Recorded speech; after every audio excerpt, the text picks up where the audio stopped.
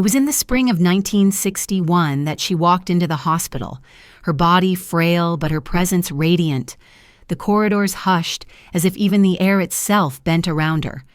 Elizabeth Taylor, child of London, darling of Hollywood, scandalous queen of headlines, had just survived a brush with death. Doctors whispered that she had been close to leaving the world, and newspapers declared that her survival was nothing short of miraculous. Yet beyond the masks of medicine and the sterile white walls, there was the unmistakable aura of a woman whose very existence seemed to court both catastrophe and triumph. That moment when life itself hesitated and allowed her to continue became one of the countless turning points in a life woven with both beauty and suffering. Welcome, dear traveler of time and memory. Tell me, where do you sit or rest as you hear these words? In what corner of the world does this story find you, and what hour keeps you company? Share it if you wish, that our circle may grow.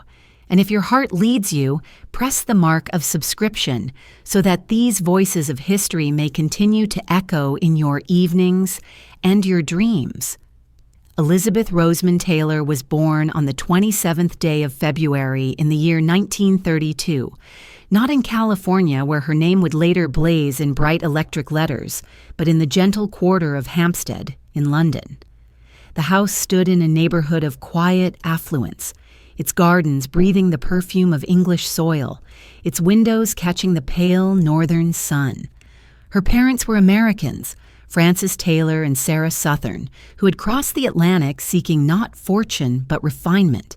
Frances was a dealer in art, moving through canvases and sculptures with a merchant's eye and a collector's pride, while Sarah had once been a stage actress, her dreams of fame dimmed but not extinguished.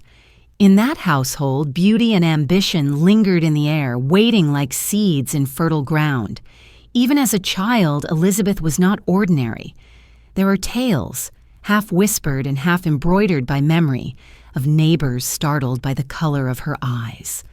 Violet, they called them, though no eye is truly violet. Yet in certain lights, under certain shadows, her gaze seemed touched by something not of the ordinary spectrum. Those eyes became her prophecy, for in Hollywood, where every feature is weighed and measured, those irises alone were like an enchantment. But what is a prophecy to a child?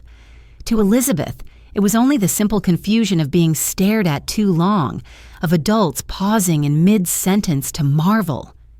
One wonders if those eyes were a blessing or a curse that destined her to a life where she could never disappear, never be unseen. The world beyond Hampstead was darkening. Clouds of war were gathering across Europe. Elizabeth's early memories are said to have included air raid sirens, the unease of looming conflict.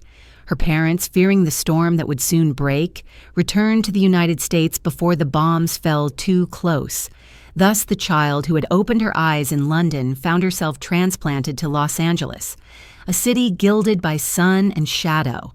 Perhaps fate already had its hand upon her, steering her toward the golden machinery of cinema.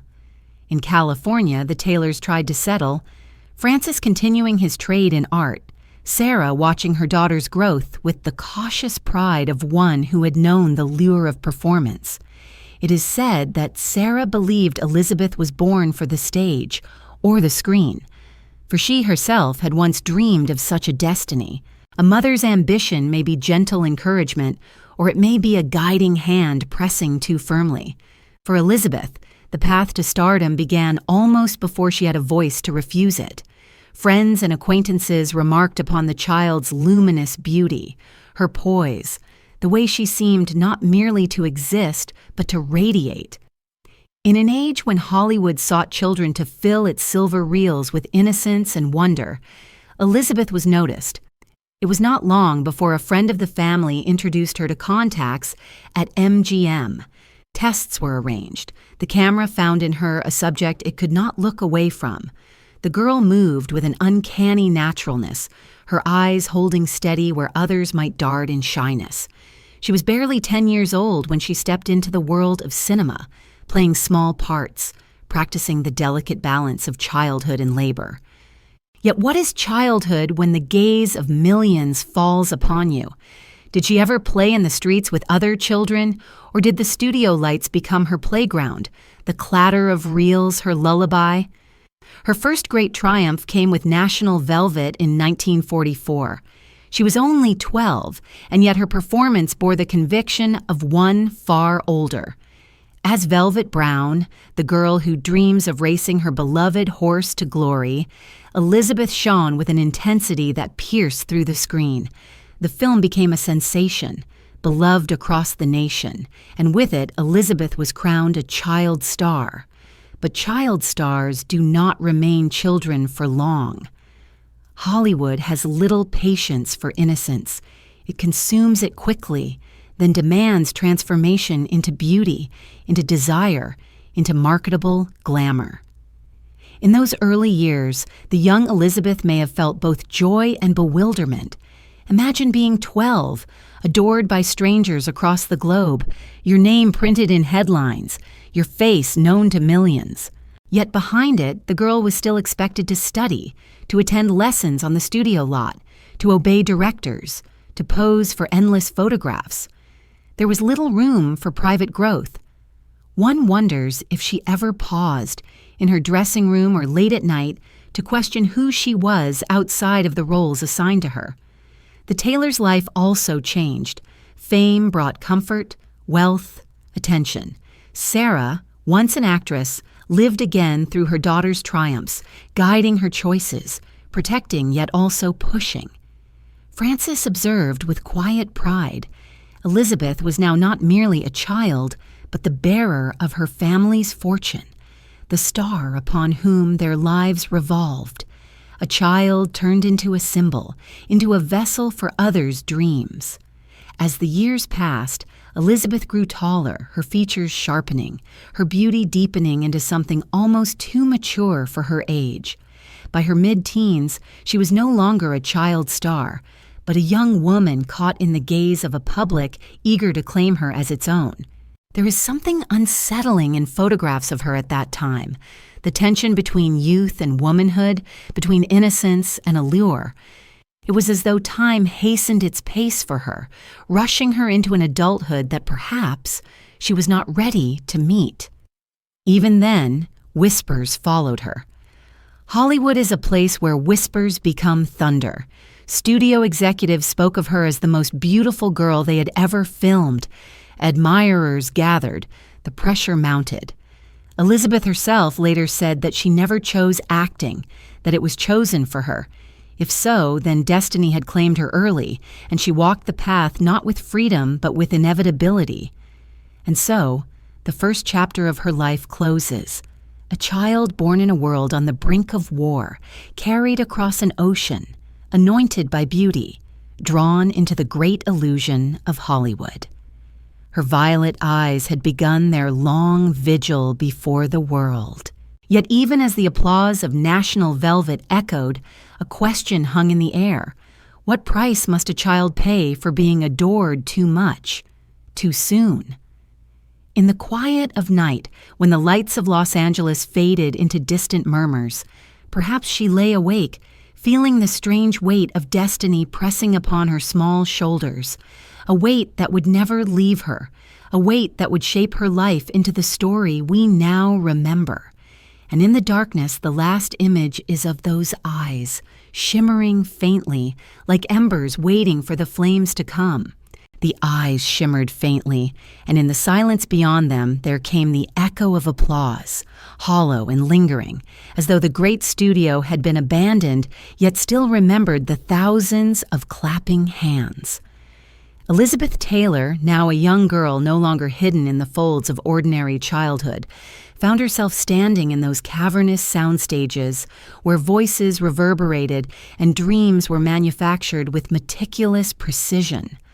Applause was not merely approval, it was the currency of Hollywood, a currency she had earned with National Velvet, a film that still cast its light upon her. But applause in an empty room can feel like a ghost, reminding one that joy has been captured, packaged, and sold, leaving behind only the faintest residue of life. In the years that followed her triumph, Elizabeth was bound more tightly to MGM, the studio that had claimed her. Contracts were written, and with them, a schedule that would have daunted many grown men, yet was expected of a teenager still finding her voice. Lessons in diction, etiquette, dance, posture, even in the art of appearing natural when photographed, filled her days. MGM was not only a studio but a school of control, and Elizabeth, though spirited, was shaped by its firm hands.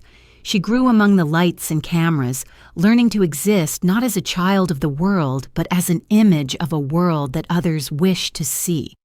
Her early roles after National Velvet cast her in films that highlighted her beauty as it began to blossom into adolescence. She played daughters, ingenues, young women poised between innocence and desire. Each role seemed to press her forward, to hasten her passage into a maturity she had not chosen. One sees her on screen at 15 or 16, her hair dark and lustrous, her eyes deep as ever, her posture regal. But behind the camera, there was still the laughter of a girl who kept pets, who loved animals, who longed for moments unobserved. Perhaps the horses she loved from National Velvet remained her truest companions, creatures who asked nothing of her fame. The studio system of that era was both cradle and cage. It protected its stars from certain harsh realities while exposing them to others. Elizabeth was sheltered from poverty, from anonymity, from the struggles of ordinary work. But she was exposed to constant scrutiny, to the relentless shaping of her identity, to the insistence that her life belonged not to herself, but to the public. For MGM, she was an asset, one to be adorned, marketed, and preserved. For the world, she was a beauty growing before their eyes, a spectacle to be admired. And for Elizabeth herself, she was simply a girl trying to live beneath the weight of all that expectation. There is something haunting in the way the public watched her grow. To adore a child for innocence is one thing, but to anticipate the flowering of that child into a woman is another, more unsettling gaze. By her late teens, Elizabeth found herself admired by men much older than she, written about not as a child star, but as a young woman of startling allure. Such attention is intoxicating, but also dangerous. How does one form an authentic self when every glance is mirrored back in desire or admiration? Did she ever have the chance to ask who she was apart from what others saw? The first step into adulthood was marked not only by her film roles, but by her personal life. At 19, she married for the first time. The man was Conrad Nikki Hilton, heir to the hotel empire, handsome, wealthy, and promising. The wedding in 1950 was a grand affair, staged almost like a film premiere, with the world watching the beautiful starlet in her gown, radiant beside her groom. It seemed the perfect union of Hollywood glamour and old money aristocracy. Yet perfection is rarely more than a photograph, and photographs cannot hold the truth. Behind the glittering ceremony, the marriage crumbled almost at once. Hilton was troubled, his life marked by alcohol, temper, and neglect. Elizabeth, still barely out of her teenage years, found herself trapped in a union that offered no tenderness. Within months, the marriage dissolved. The public, fascinated, gossiped. Was she too young? Was he too reckless? Did they ever love at all? Elizabeth emerged from that brief chapter bruised, though perhaps also strengthened by the knowledge that beauty and wealth were no guarantees of happiness. Her first taste of marriage was bitter, yet it set the pattern for a life in which love and loss would intertwine with relentless regularity. Even in that disappointment, the studio kept her moving forward. Films continued, roles deepened. Elizabeth's acting grew more assured, her beauty more refined, and soon she was recognized not only as a child star who had survived the transition to adulthood, but as a genuine actress of talent. The 1950s became her decade of ascent. She acted in Father of the Bride, In a Place in the Sun, in Giant. With each role, she revealed not only the striking surface of her beauty, but the deeper currents of emotion beneath. Critics began to acknowledge that she was not merely a face, but a force. Yet as one watches those films, one wonders, how much of the longing, the sorrow, the intensity she brought to the screen was drawn from her own young heart, already tested by disappointment. When she looked at Montgomery Clift in A Place in the Sun, did her gaze carry not only acting, but true recognition of another soul fragile and searching? Cinema is illusion, but sometimes illusion is infused with reality, and Elizabeth's reality was already more complex than her years.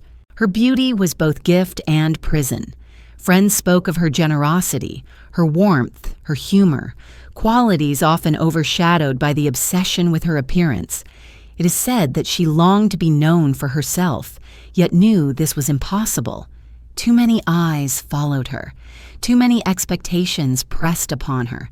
She could dazzle the world, but could she ever step aside from it? In those years, the applause continued. Every film premiere brought cheers, every magazine cover a storm of admiration. Yet applause, as we said, can sound hollow when the room empties. When the lights dimmed and Elizabeth returned to her quiet spaces, what lingered? Did she hear the applause as affirmation, or as the faint echo of something she could never quite touch? Perhaps in her solitude she felt both, the thrill of being celebrated and the sorrow of not being fully seen. The sound of glass breaking on marble is sharp, yet once it fades, it leaves behind only silence and the glimmer of fragments catching the light. So too did Elizabeth's first marriage shatter, leaving her to walk barefoot across a floor littered with shards of expectation. The wedding to Nikki Hilton had been staged as a fairy tale, but within its first season it had collapsed into bitterness. In that brokenness, a young woman barely 20 years old confronted truths that many never face so early. That beauty does not guarantee devotion, that wealth does not promise kindness, that the heart cannot be bought with jewels or ceremonies. The champagne toast of that glittering day turned sour, and she walked away, marked yet not destroyed. The world, however, did not allow her to retreat. For a star, private sorrows are never truly private. The tabloids whispered of Hilton's cruelty, of Elizabeth's disillusionment, of the speed with which a marriage can dissolve when it is built more on spectacle than intimacy. She was still so young and already labeled by some as reckless, by others as tragic. Yet her face, serene and luminous, appeared on screens and covers without falter. She had mastered the art of showing one life to the public while living another in the shadows. Perhaps she learned then that scandal and sorrow could not undo her. They could only weave themselves into the larger tapestry of her legend. In the years after that first rupture, Elizabeth sought steadier ground. Her second marriage in 1952 was to Michael Wilding, a British actor nearly 20 years her senior. Where Hilton had been tempestuous and careless, Wilding seemed calm, cultured, gentle. With him, she found a quieter rhythm, one less violent, though perhaps less fiery as well. Their union brought 2 children, sons who became her anchors in the turbulent seas of fame. Photographs of Elizabeth as a young mother reveal another side of her. Hair unpinned, laughter soft, eyes no longer for the world but for the children in her arms. She once said that motherhood was the only role she had not needed to study, for it came to her as naturally as breath. But even this calm harbor could not last forever. The demands of Hollywood, the differences in temperament, the age that separated them, all eroded the foundation of their bond. Wilding, content with a more subdued life, could not match Elizabeth's restless spirit, her hunger for passion, her unquenchable fire. Their marriage unraveled gently rather than violently, but unravel it did. By 1957, they divorced, and Elizabeth, at 25, had already been twice a wife and twice a divorcee. The public murmured, The gossip columns thrived, yet she moved forward with a kind of inevitability, as though love and loss were currents carrying her onward. It was with her third husband, producer Mike Todd, that Elizabeth seemed to find the love she had always longed for. Todd was bold, larger than life, brimming with energy, and utterly captivated by her. He wooed her not with restraint, but with extravagance, showering her with affection, jewels, laughter, and dreams. For the first time, Elizabeth seemed truly matched, her passion answered by his, her extravagance mirrored in his own. They married in 1957, and the world marveled at their union. Elizabeth, radiant in Todd's embrace, spoke of him as the great love of her life. They had a daughter, Liza, and for a moment it seemed that the story had reached its happiest chapter. But fate is often cruelest when joy shines brightest. In March of 1958, Mike Todd boarded his private plane, a craft he named the Lucky Liz in honor of his wife. The plane crashed, killing all on board. Elizabeth, just 26, was left a widow, her heart torn open by sudden loss. She had been meant to join him on that flight, but illness had kept her home. Survivor's guilt became her companion, as well as a grief that seemed bottomless. In those days, she was inconsolable, friends standing helpless as she wept, her body bent beneath the weight of sorrow. It is said that tragedy leaves invisible marks. For Elizabeth, the loss of Mike Todd was such a mark, a wound that never fully healed. Yet in Hollywood, grief is not allowed to remain private. The cameras recorded her mourning. The newspapers speculated about her loneliness, and the public absorbed her pain as part of the ongoing drama of her life. One wonders how it feels to grieve under the gaze of millions, to have sorrow dissected and consumed like a spectacle. Perhaps it deepened her mistrust of the world's judgment. Perhaps it hardened her resolve to live for herself, no matter what others thought. In the aftermath of Todd's death, Elizabeth sought solace where she could. That solace came in a form that would ignite another scandal, binding her forever to the whispers of betrayal and desire. Eddie Fisher, singer and close friend of Todd, stepped into her life to comfort her. Fisher was married to Debbie Reynolds, America's sweetheart. Yet his bond with Elizabeth grew beyond friendship. Comfort turned to passion, passion to affair, and soon the affair became impossible to hide. Hollywood was outraged. Fans of Reynolds felt betrayed. Elizabeth was branded a homewrecker, a thief of another woman's husband. The headlines blazed with condemnation, and for a time she was the most criticized woman in America. But Elizabeth never bowed to such condemnation. When asked if she had stolen Fisher from Reynolds, she famously replied, "You can't steal a man. He leaves willingly." It was not an apology, but a defiant declaration that she would not live by others' rules. She married Eddie Fisher in 1959, her fourth marriage, though it would be far from her last. With Fisher, she tried again to carve out stability, but whispers of betrayal hung over them, and shadows of disapproval followed wherever they went.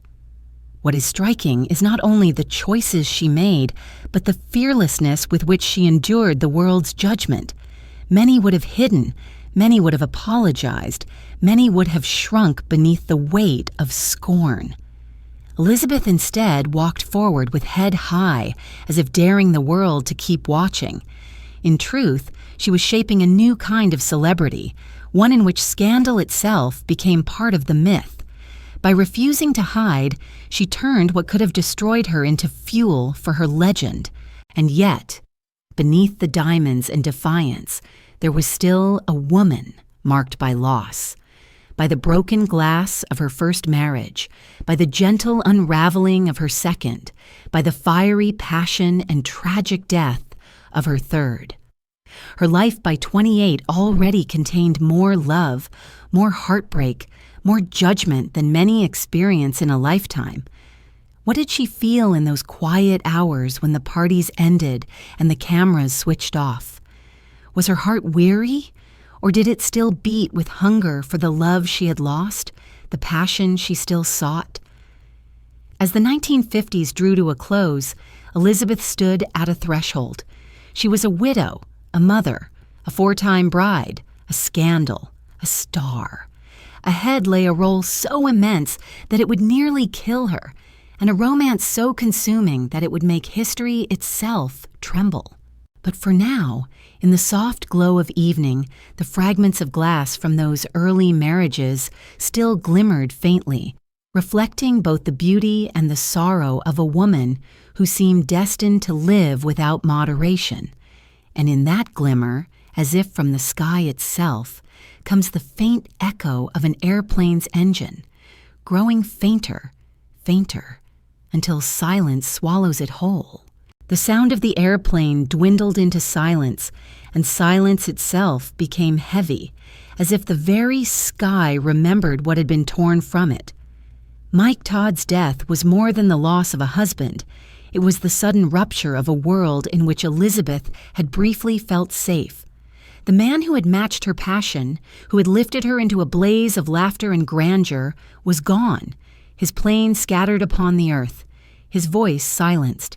The paradox of devotion is that it binds so deeply that when the thread is cut, the soul feels not only absence, but incompleteness, as though some part of the self has been amputated. Elizabeth carried that wound, and it marked her more indelibly than diamonds or scandal. Mike Todd had been unlike the others. Nikki Hilton had been careless, Michael Wilding steady but subdued. Todd was tempest, a storm of energy, quick to anger, quick to adore, extravagant in every gesture. He showered Elizabeth with gifts, yes, but more than that, he showered her with attention that made her feel as though she were the axis around which his world turned.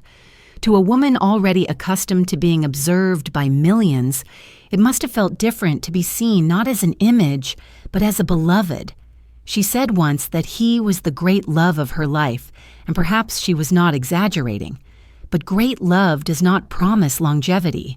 Sometimes it burns too brightly, and fate intervenes with merciless finality. The night of the crash, Elizabeth had been ill with a fever. She begged to join him, but Todd insisted she remain behind, that the lucky Liz would return quickly. Instead, news arrived of disaster, and Elizabeth collapsed into grief that no words could soothe. Friends gathered around her, Montgomery Clift among them, offering comfort. But grief is a solitary chamber. No visitor can enter.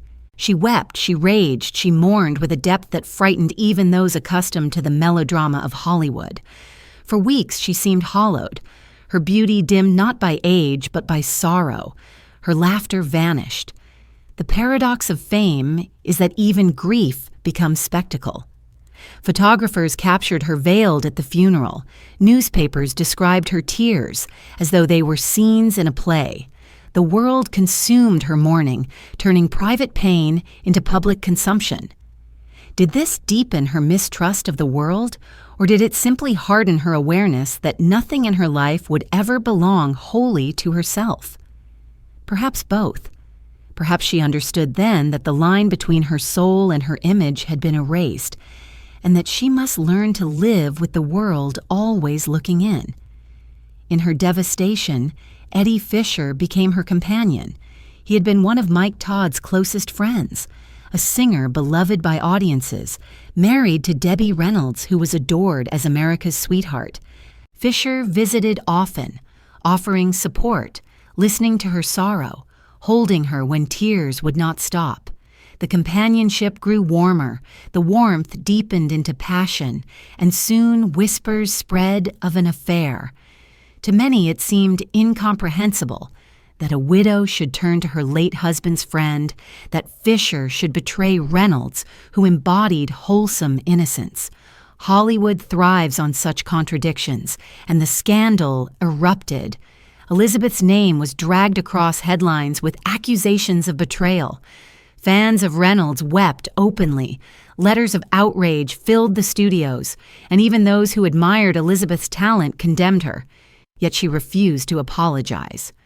"You can't break up a happy marriage," she said. "Eddie left because he wanted to." Her defiance struck like a stone against the fragile glass of public morality. She would not accept blame for following her heart, even if the path led through scandal. In Fisher, Elizabeth found not a great passion like Todd's, but a balm, a presence that dulled the edge of loneliness. They married in 1959, making her once more a wife, though for the fourth time. The marriage was troubled from the start, shadowed by the circumstances of its beginning. Fisher was kind, but Elizabeth's heart still carried the unhealed wound of Todd's death. The world never ceased reminding her of the scandal, and Fisher himself could not escape the shadow of being seen as her consolation rather than her equal.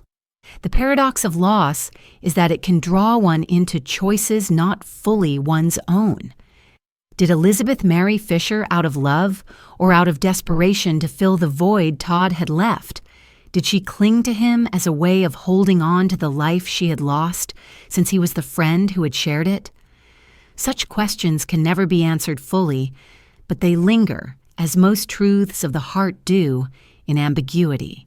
As the 1950s faded into the 1960s, Elizabeth's career reached new heights even as her personal life remained turbulent.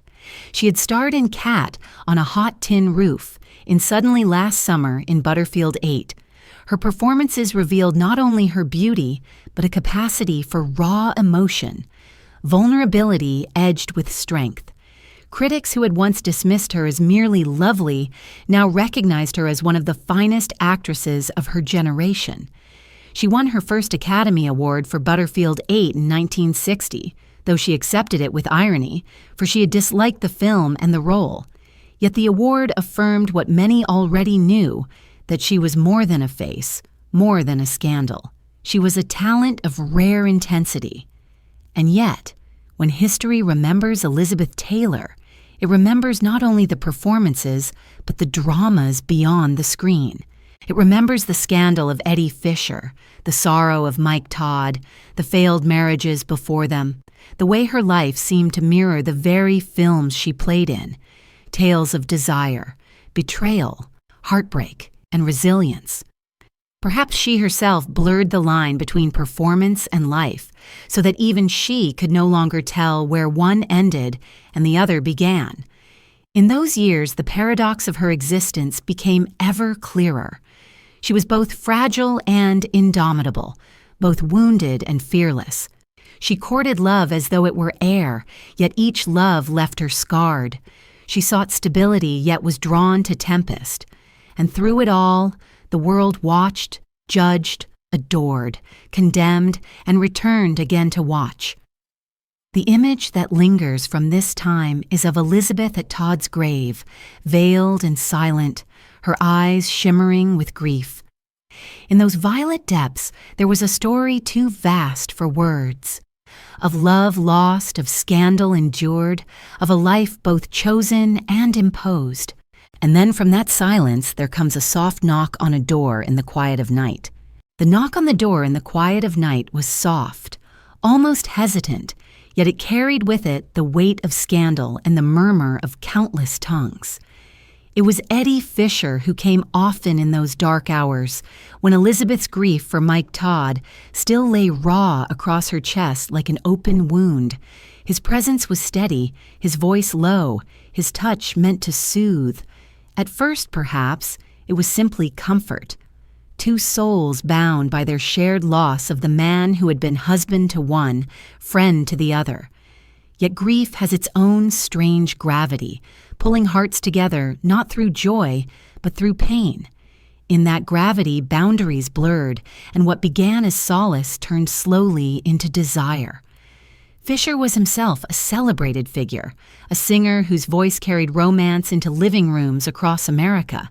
He was also the husband of Debbie Reynolds, whose charm and innocence had endeared her to millions. Debbie was seen as the perfect wife, the darling of the public, the embodiment of sweetness. For Elizabeth to draw Fisher into her arms was, to many, nothing short of betrayal. The world, already watching her every move, seized upon the affair with glee and outrage. Newspapers flared with headlines, magazines painted her as a temptress, letters poured in, filled with venom. She was called homewrecker, seductress, thief.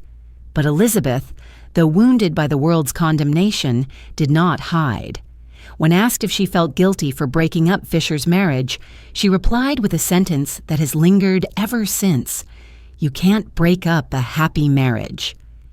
In those words was defiance, but also an undeniable truth that Fisher had chosen to leave, that desire cannot be stolen but must be given. Still, her refusal to bow before the public's anger only fueled the flames. In an age that demanded women be meek, apologetic, forgiving, Elizabeth stood unrepentant, her violet eyes flashing with a kind of regal daring. The scandal became one of the defining storms of her life. For years afterward, she carried its shadow. Debbie Reynolds, betrayed and humiliated, became the figure of sympathy, while Elizabeth was cast as villain.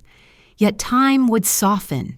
Even that wound, Elizabeth and Reynolds would reconcile in later decades, even laugh together about the man who had once come between them. But in the moment, there was no laughter, only the sharp sting of judgment and the tightening of eyes that watched her every gesture. Elizabeth married Eddie Fisher in 1959. It was her fourth marriage, though by then she was not yet 30 years old. The ceremony brought less celebration than scrutiny, for many could not separate the vows from the scandal that preceded them. The union seemed shadowed from the start, built not on fresh love, but on the ashes of loss and betrayal. Fisher loved her, but he was no Mike Todd. He was a man trying to stand in the shadow of a legend, trying to hold the heart of a woman who had already lived too many lives too quickly.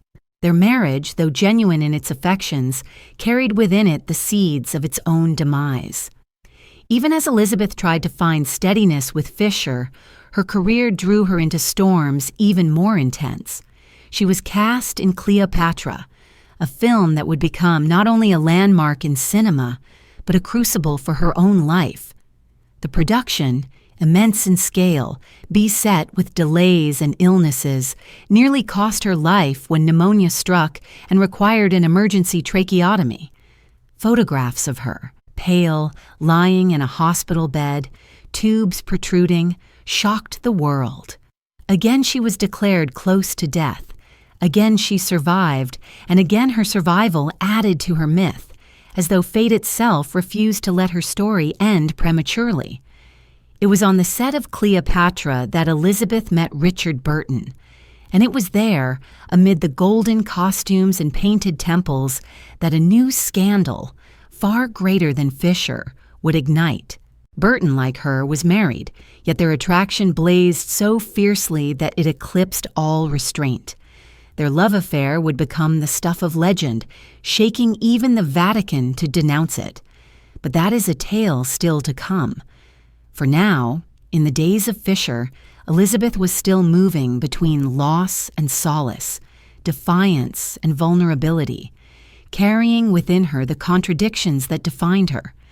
One cannot help but reflect on the strange path her heart had taken, from the broken glass of Nikki Hilton's cruelty, to the calm waters of Michael Wilding, to the tempestuous fire of Mike Todd, and then into the arms of Fisher, who was more patch than passion. Each marriage was a chapter, and each chapter seemed to prepare her for the next, as if her life were a manuscript written not by her hand, but by destiny itself. Did she ever wonder, lying awake in the stillness of night, whether love was truly hers to hold, or whether it was simply another role she was called to play, as she played so many roles on screen? The scandal with Fisher also deepened her understanding of the double-edged sword of fame.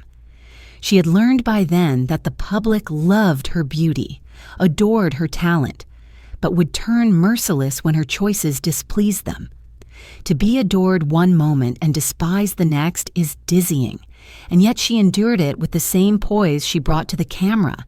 Perhaps she knew already that scandal itself could be a kind of immortality, that those who never break the rules are soon forgotten. Elizabeth, by contrast, would never be forgotten. Her defiance, however, came at a price.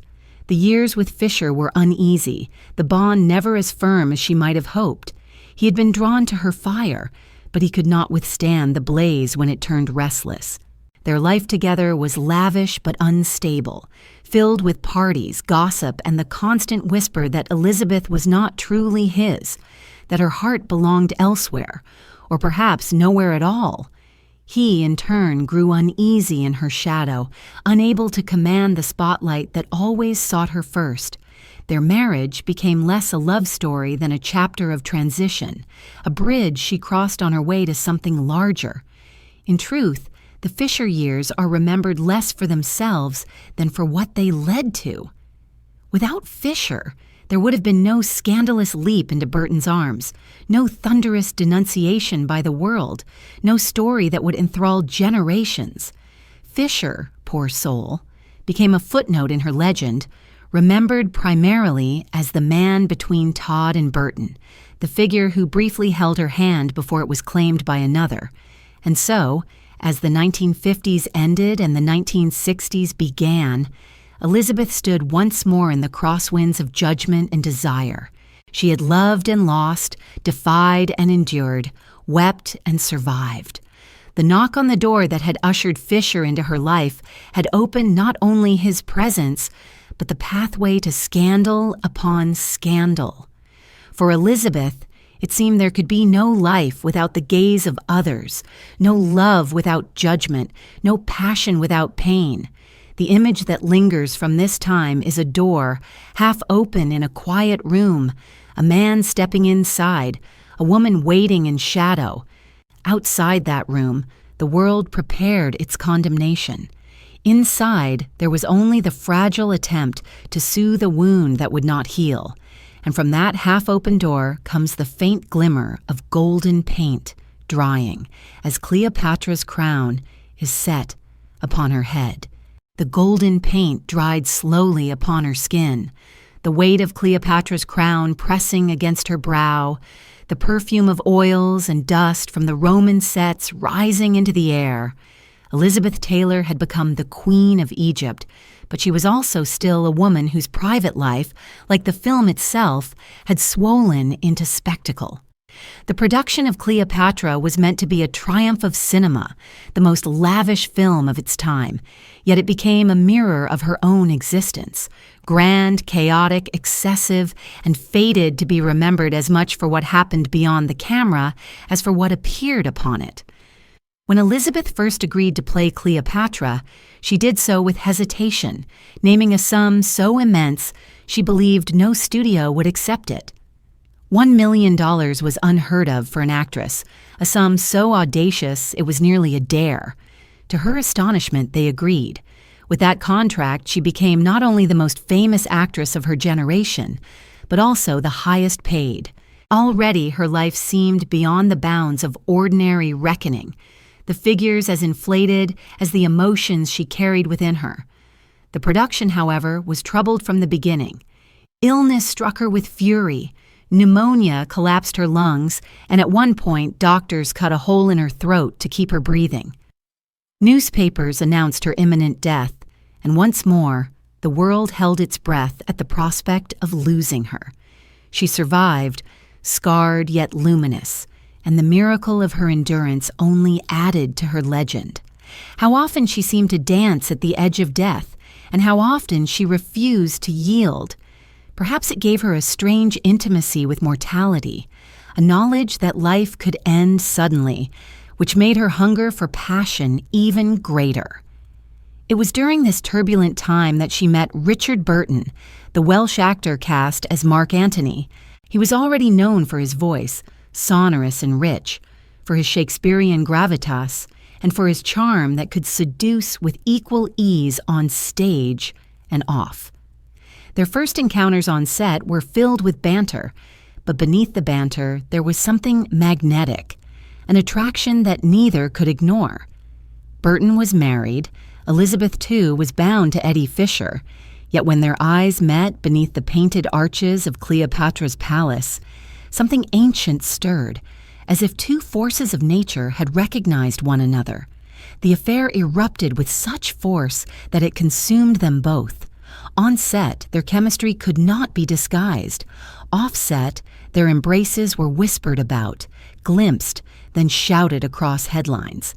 The Vatican condemned them as adulterers, issuing statements about their immorality. The press camped outside their hotel rooms. The scandal dwarfed even the earlier Fisher affair, for this was not merely infidelity, but an obsession so fierce it shook institutions. Elizabeth and Burton, however, seemed untroubled by condemnation. They drank deeply of one another, laughed, quarreled, reconciled, and loved with abandon. Their passion was volcanic, sometimes joyous, sometimes destructive, but always undeniable. For Elizabeth, Burton was more than a lover. He was an equal, someone who matched her fire with his own, who could speak to her with the depth of intellect and the force of desire. With him, she was not only adored, but challenged, not only admired, but seen. The world, of course, watched relentlessly. Photographs of them together appeared daily, their glances at each other studied, their quarrels reported as though they were state affairs. Yet Elizabeth did not retreat. Perhaps she had already accepted that her life was inseparable from public gaze, and instead of fleeing, she transformed scandal into spectacle. If she was to be condemned, she would at least be magnificent in her defiance. The making of Cleopatra dragged on for years, the cost ballooning until it nearly bankrupted the studio. Yet the affair between Elizabeth and Burton sustained the film's myth. Audiences, scandalized, yet fascinated, flocked not only to see the epic, but to witness the chemistry of two lovers who had defied the world. In that way, art and life became inseparable. The lines of Cleopatra's passion for Antony blurred with Elizabeth's passion for Burton. Were they acting or simply living before the camera? The answer mattered little, for the truth of their love was etched upon every frame. When the film was finally released in 1963, it was both triumph and disaster. Celebrated for its spectacle, derided for its excess, remembered most of all for the scandal that birthed it. Elizabeth and Burton, however, emerged as the true Cleopatra and Antony of their age, a pair whose love story belonged less to Hollywood than to legend. They divorced their spouses and married each other in 1964, beginning the first of their two unions, a marriage as tumultuous as it was passionate. Looking back, one can see that Cleopatra was not merely a film, but a crucible. It burned away what had remained of her union with Fisher.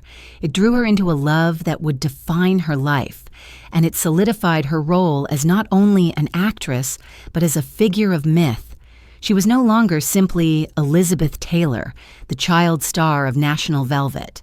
She was Cleopatra, queen in golden paint, lover of a man whose voice could shake the rafters, woman who defied church and state alike for passion. Yet what cost did this passion demand? Scandal brings fascination, but also isolation.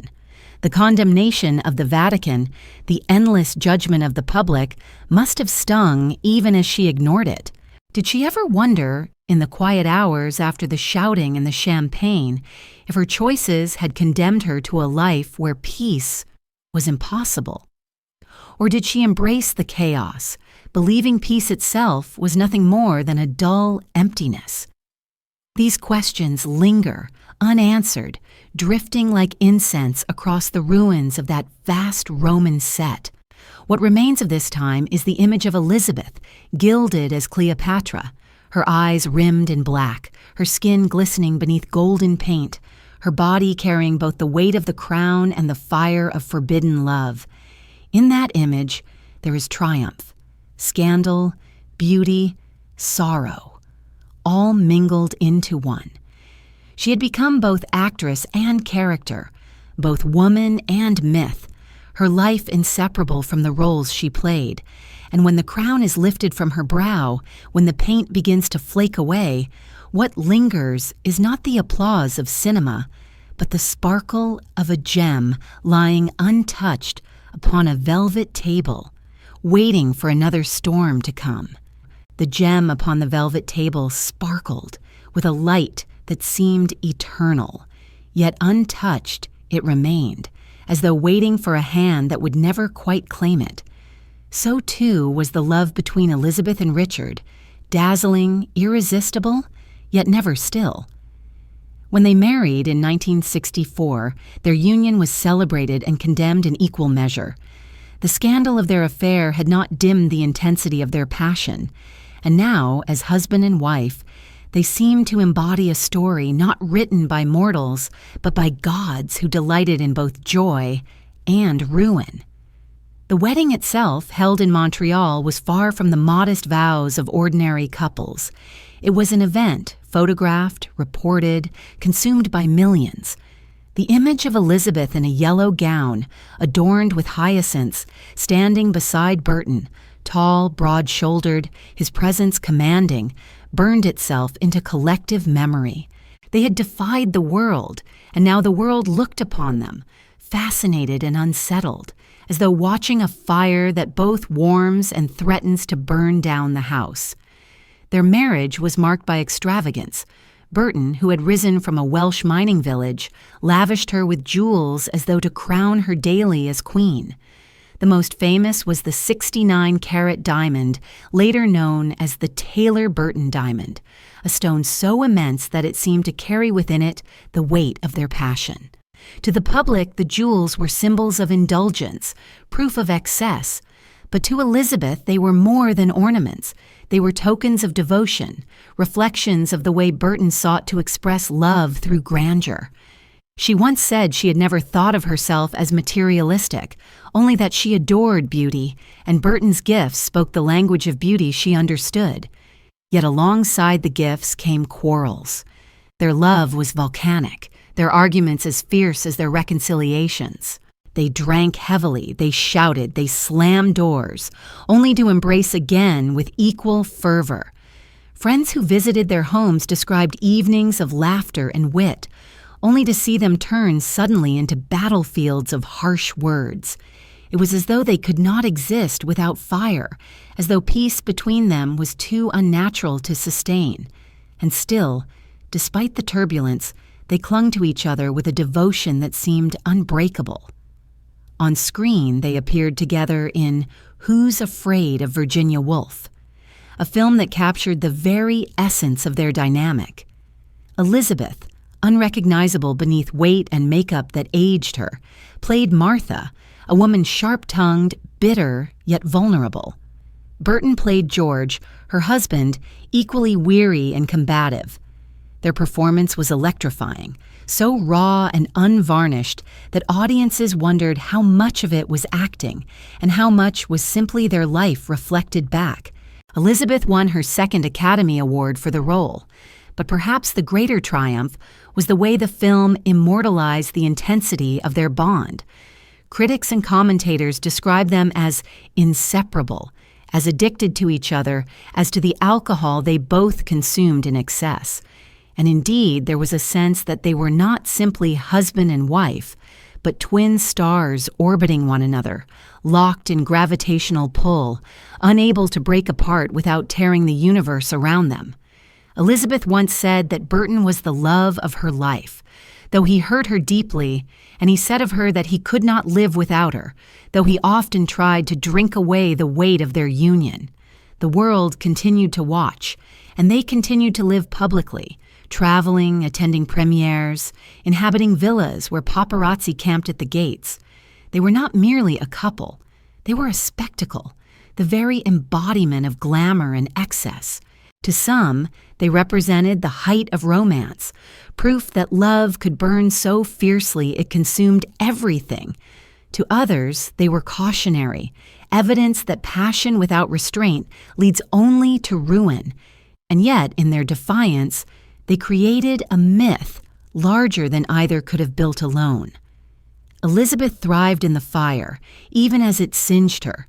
She was never one to shrink from life's extremes, and with Burton, she could live at the very edge of passion and destruction. She bore the quarrels, the reconciliations, the hangovers, the laughter, because for her, the alternative, a life of moderation when it was unthinkable. To live fully, even if it meant pain, was her creed, and with Burton she lived it daily. Still, the cracks deepened. Their love, though fierce, was also exhausting. The alcohol, the jealousy, the arguments that left them both weary began to erode the foundation. By the mid-1970s, after a decade together, their marriage faltered. In 1974, they divorced, ending what many thought could never be undone. Yet even then, the thread was not cut cleanly. The following year, unable to stay apart, they married again, as though to prove that their love could not be contained by mere legality. But the second marriage, too, unraveled, and by 1976, they divorced once more. Their union, twice bound and twice broken, remained the defining chapter of Elizabeth's life. Even after their final separation, their bond endured in letters, in memories, in unfinished conversations. Burton would later die suddenly in 1984, and Elizabeth, though remarried by then, kept with her a letter he had written, unopened until after his death. Within it were words of love, perhaps of regret, words she never shared publicly. That hidden letter was a jewel no diamond could equal, proof that even beyond quarrels and separation, their connection remained eternal. The image that endures from this time is of a glittering jewel upon velvet, its facets catching the light, dazzling yet heavy. It is the image of their love, beautiful, radiant, costly, and too weighty to hold without trembling. They were lovers, enemies, companions, adversaries, but above all, they were unforgettable. And when the jewel lies untouched at last, the silence is broken by the faint click of a camera shutter, freezing her smile forever in the glare of public gaze. The click of the camera shutter froze her smile, but behind the smile there lingered something that no lens could capture. Elizabeth Taylor, standing beneath the glare of bulbs and the gaze of the world, had long ceased to be merely an actress. She was a symbol, an icon whose every gesture, every gown, every jewel, every quarrel, and every kiss became part of a spectacle, consumed by millions. The cameras followed her wherever she went, their flashes turning night into day, their lenses recording even her smallest movements. To the public, she was the very embodiment of glamour. Yet what does it mean to live as a symbol, to exist not as a person, but as an image? By the 1960s and 70s, Elizabeth had become one of the most photographed women in the world. Paparazzi camped outside her homes, trailed her cars, waited at airports and restaurants. She stepped into public knowing her face would be printed in the morning papers, her words dissected, her dresses described in detail, the jewels she wore, the gowns she chose, even the way her hair fell across her shoulders were studied, imitated, envied. She was no longer simply Elizabeth Taylor the actress. She was Elizabeth Taylor the legend, a living canvas upon which society painted its fantasies of beauty and indulgence. The jet-set lifestyle became her stage. With Burton at her side, she traveled from Rome to Paris, from yachts on the Mediterranean to villas in Switzerland. They were seen in casinos, theaters, grand hotels, their presence announced like royalty. The champagne flowed, the diamonds glittered, the laughter carried late into the night. Yet alongside the indulgence was a constant awareness of being watched. Privacy was a dream she could not purchase, no matter how many jewels adorned her hands. To the public, her life seemed enviable, an endless parade of luxury and love. To Elizabeth, it was also exhausting, a life where even solitude was invaded by the click of a hidden camera. She spoke sometimes of the loneliness that accompanied fame, surrounded by crowds, attended by admirers, yet longing for moments of stillness. The paradox of her life was that she was never alone, yet often felt lonely, for who truly saw her, beyond the violet eyes, beyond the gowns and headlines?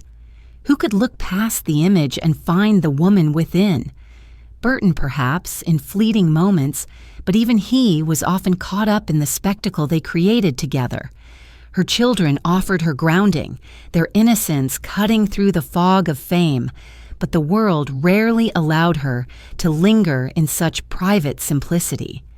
The jewels, which came to define her image, were symbols not only of wealth, but of burden. She adored them, yes, for their beauty, their fire, their permanence, but they also became emblems of the expectations placed upon her. A queen must wear her crown, and Elizabeth, the Queen of Hollywood, wore hers in the form of diamonds and emeralds, sapphires and rubies. Each stone carried its own story, its own weight. The Taylor Burton diamond, immense and flawless, became as much a part of her legend as her films. And yet, when laid upon velvet, jewels are silent, lifeless, unable to soothe the heart.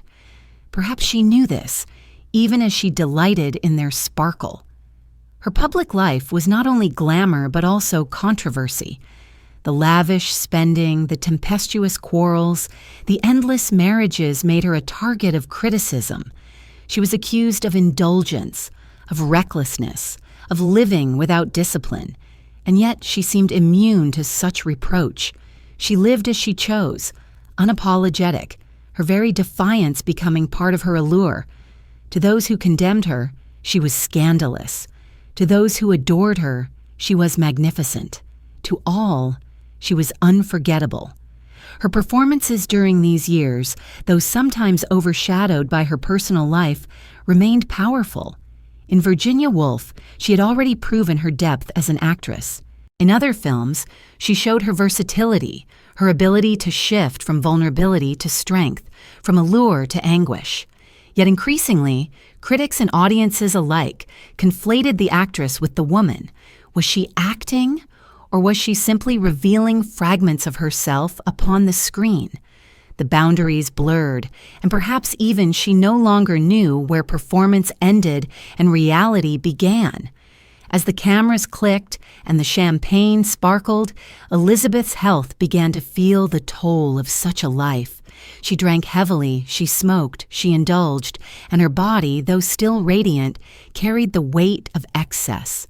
Illnesses would come, treatments would follow, but still she appeared, still she smiled, still she dazzled.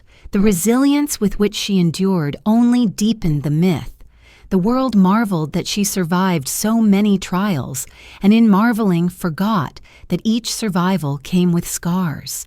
The loneliness that fame imposes often becomes clearest in the quiet hours. After the parties ended, after the shutters stopped flashing, Elizabeth would retreat to her private rooms. There, away from the eyes of the world, she could remove the jewels, let down her hair, breathe in silence. But even in those moments, the echoes of applause, of condemnation, of whispered gossip lingered. Was she ever free from them, even in her dreams? Or had she become so bound to her own image that solitude itself was no longer possible? One imagines her, standing at a window in some villa, the lights of a city spread below, the clamor of paparazzi muffled by thick walls. In her hand, a glass of wine, her reflection caught in the glass pane, doubled by the night. Which was the real Elizabeth? The one the world saw, adorned and smiling, or the one who stood in shadow, questioning, yearning, weary? Perhaps both were true, for she lived always in duality, goddess and woman, symbol and soul, adored and condemned. And so, the sound of the shutter that froze her smile lingers, echoing faintly like a reminder that every moment of her life was captured, consumed, and never truly her own.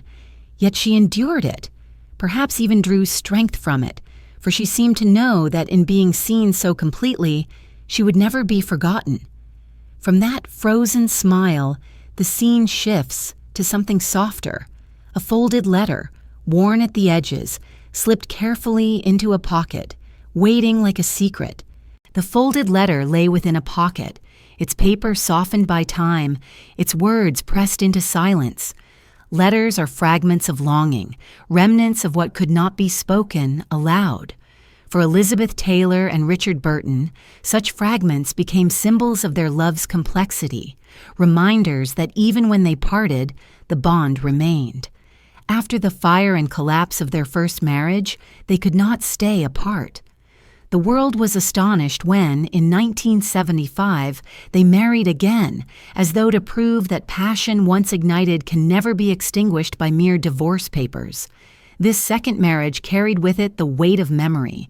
They returned not as young lovers defying the world, but as seasoned adversaries bound by history. The decade they had spent together had been filled with triumphs, quarrels, laughter, and exhaustion. Now, in returning, they attempted to salvage what remained, to see whether love, though battered, could be renewed. Yet reconciliation is rarely simple, and wounds once cut do not easily heal. Elizabeth entered the union with hope, but also with realism. She knew Burton's drinking, his insecurities, his sharp words, and he knew her volatility, her need for affection, her own excesses. They knew each other too well to believe in innocence.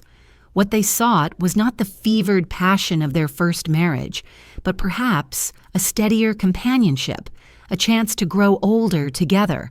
Yet passion, once accustomed to burning at full flame, rarely agrees to settle into embers. Their quarrels returned, their reconciliations were brief, and soon they found themselves caught once more in the cycle of love and conflict that had defined them from the start. The world, however, looked on with fascination. That Elizabeth would marry Burton again confirmed the myth that theirs was a love beyond ordinary measure. They were not bound by reason, but by some deeper force, a magnetism that defied logic. To many, it was romantic.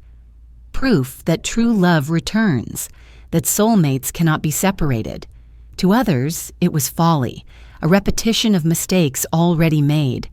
Yet for Elizabeth, it was life, and she had never sought to live by others' judgments. During this second union, the cracks grew wider. Burton's health suffered from years of drinking, his once powerful body and voice carrying signs of wear. Elizabeth, too, was beginning to feel the toll of indulgence, her beauty still luminous but softened by illness, her body burdened by weight and surgeries.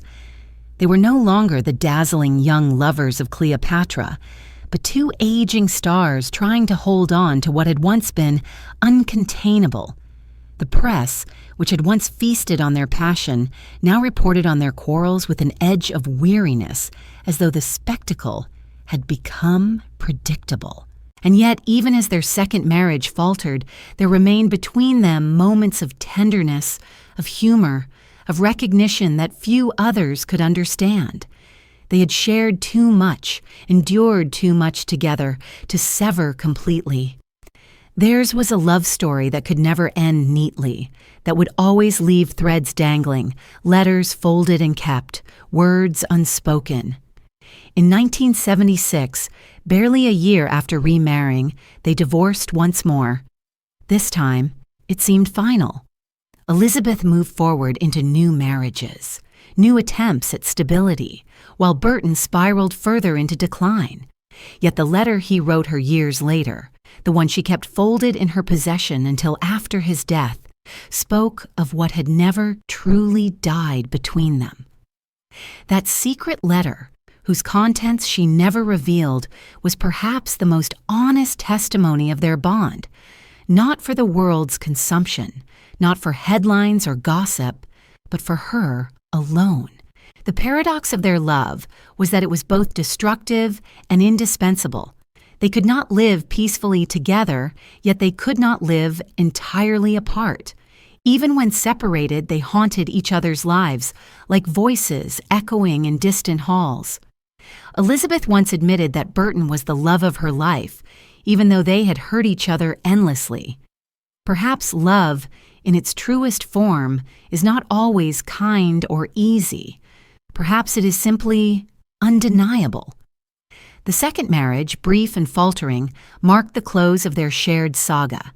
Yet it left Elizabeth changed, older in spirit, less inclined to chase passion with the same reckless abandon. After Burton, her marriages seemed quieter, less fiery, as though she had expended her greatest flames and was now left with the smoke and ashes. But the shadow of Richard Burton never left her. Even in later years, when she smiled beside other husbands, the world still saw her as half of that legendary pair. What lingers from this chapter is not a scene of quarrel or reconciliation, but of silence. The silence of a letter folded in a pocket, words pressed against the paper, words never read aloud. For within that silence lay all the love they could not live, all the tenderness they could not share in life, preserved in ink, in secret. And from the silence of folded paper, the sound arises of a distant church bell tolling across open countryside, summoning her into another chapter, another attempt at stability, another marriage where the clamor of scandal would be replaced by the quiet of Virginia fields. The toll of the church bell drifted across the Virginia countryside, slow and resonant, its sound mingling with the rustle of leaves and the low hum of distant insects. It was in such a place, far from the glare of Hollywood and the endless flashes of cameras, that Elizabeth Taylor sought a new chapter. After the fiery tempests of her life with Richard Burton, she married John Warner in 1976, a man whose world was rooted not in film sets and champagne, but in politics and the rhythms of rural America. With him, she stepped into landscapes of wide fields, quiet barns, and churches where bells tolled with the steady certainty of tradition. Warner was a man of ambition, a lawyer, a farmer, and soon a senator. Where Burton had been tempestuous and theatrical, Warner was disciplined, reserved, and grounded. To many, the match seemed improbable. The world's most famous actress, accustomed to diamonds and paparazzi, now married to a man who lived in simplicity among Virginia's rolling hills. Yet perhaps it was precisely this difference that drew Elizabeth to him. After years of fire, she longed for calm. After endless scandal, she craved respectability. Perhaps she imagined that with Warner, she could finally build the quiet life that had always eluded her. In the early days, she embraced her role as a senator's wife. She appeared at events, supported his campaigns, walked the fields of his farm with an air of grace. She even learned to ride tractors, though her presence remained always queenly, her violet eyes too luminous for such rustic backdrops. The people of Virginia regarded her with curiosity, for she was both familiar and alien. A face they had seen on cinema screens, now waving politely from local gatherings. For Elizabeth, it was both strange and comforting to step outside the machinery of Hollywood, to taste a life where applause was replaced by the steady rhythm of seasons. Yet the life of a politician's wife soon revealed itself to be less serene than she had hoped. Politics, though quieter in glamour, carried its own relentless demands. Appearances, handshakes, speeches, obligations. Elizabeth, who had lived most of her life as the center of attention, now found herself expected to stand in the shadow of her husband, to be supportive rather than celebrated. For a woman who had been worshipped and condemned in equal measure, it was not easy to diminish her own light. She grew restless, the quiet of the countryside turning to monotony, the political world leaving her unfulfilled. Warner's focus on his career left her lonely, her presence reduced to that of accessory rather than partner. Her health also began to falter during these years.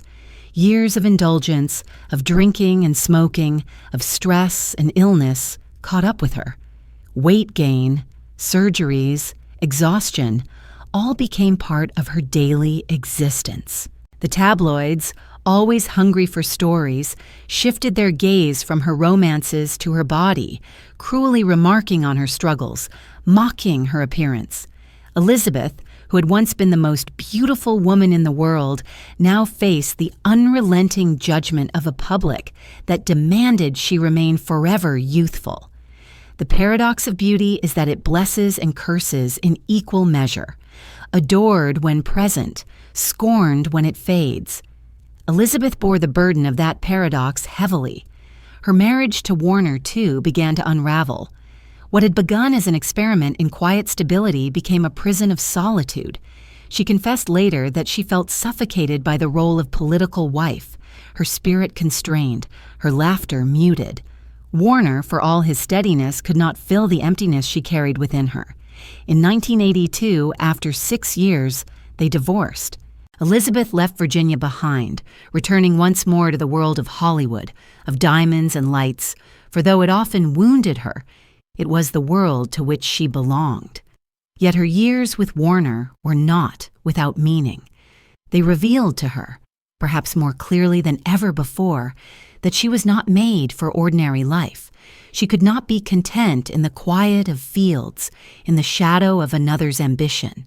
She was, in essence, a creature of intensity, born to be seen, to live in extremes, to carry both scandal and splendor as naturally as breathing. The countryside had offered her a glimpse of another life, but it was not her own. Her children, now growing older, became her truest anchors. With them, she found moments of ordinary joy, laughter unobserved, love untainted by judgment. They remained her salvation, her reason to endure, her companions through illness and recovery. Yet even motherhood could not shield her from the currents of fame. Her name, her face, her choices remained endlessly consumed, her life impossible to withdraw from the stage upon which she had been cast since childhood. After Warner, Elizabeth's path led to yet another marriage, this time to Larry Fortensky, a construction worker she met during her time at the Betty Ford Center, where she sought treatment for addiction. Their union, though criticized by many as improbable, revealed her ongoing search for connection, her unwillingness to abandon love even after so many wounds. But that story belongs to another chapter. For now, the toll of the church bell fades, the countryside recedes, and Elizabeth emerges once more into the glittering chaos of the world she could never truly leave. The image that lingers from this time is of Elizabeth standing in a field at dusk, the sky painted with the soft colors of twilight, her figure framed by the outline of barns and trees. She wears a simple coat, her hair loose in the breeze, her eyes still carrying their strange light. Around her, the quiet of the countryside presses in, yet within her, the restlessness stirs. She is a queen in exile, dressed for simplicity, yet destined always for grandeur. And from the silence of that twilight, the hum of a hospital lamp flickers into being, its dim glow heralding the struggles her body would soon endure, as illness and addiction began to carve their marks upon her life. The hospital lamp flickered softly, its light unsteady, casting long shadows across the sterile walls.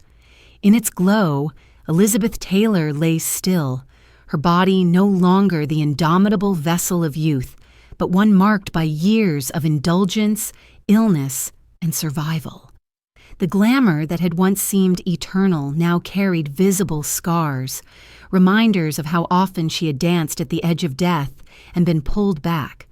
To the world, she was still a star, a legend draped in jewels, yet beneath the silk sheets of hospital beds, she was a woman who had endured more pain than applause could ever ease. Elizabeth's health struggles began early, woven into her story almost as inseparably as her marriages and scandals. She suffered from scoliosis as a child, a crookedness of the spine that caused her pain and required her to wear a steel brace.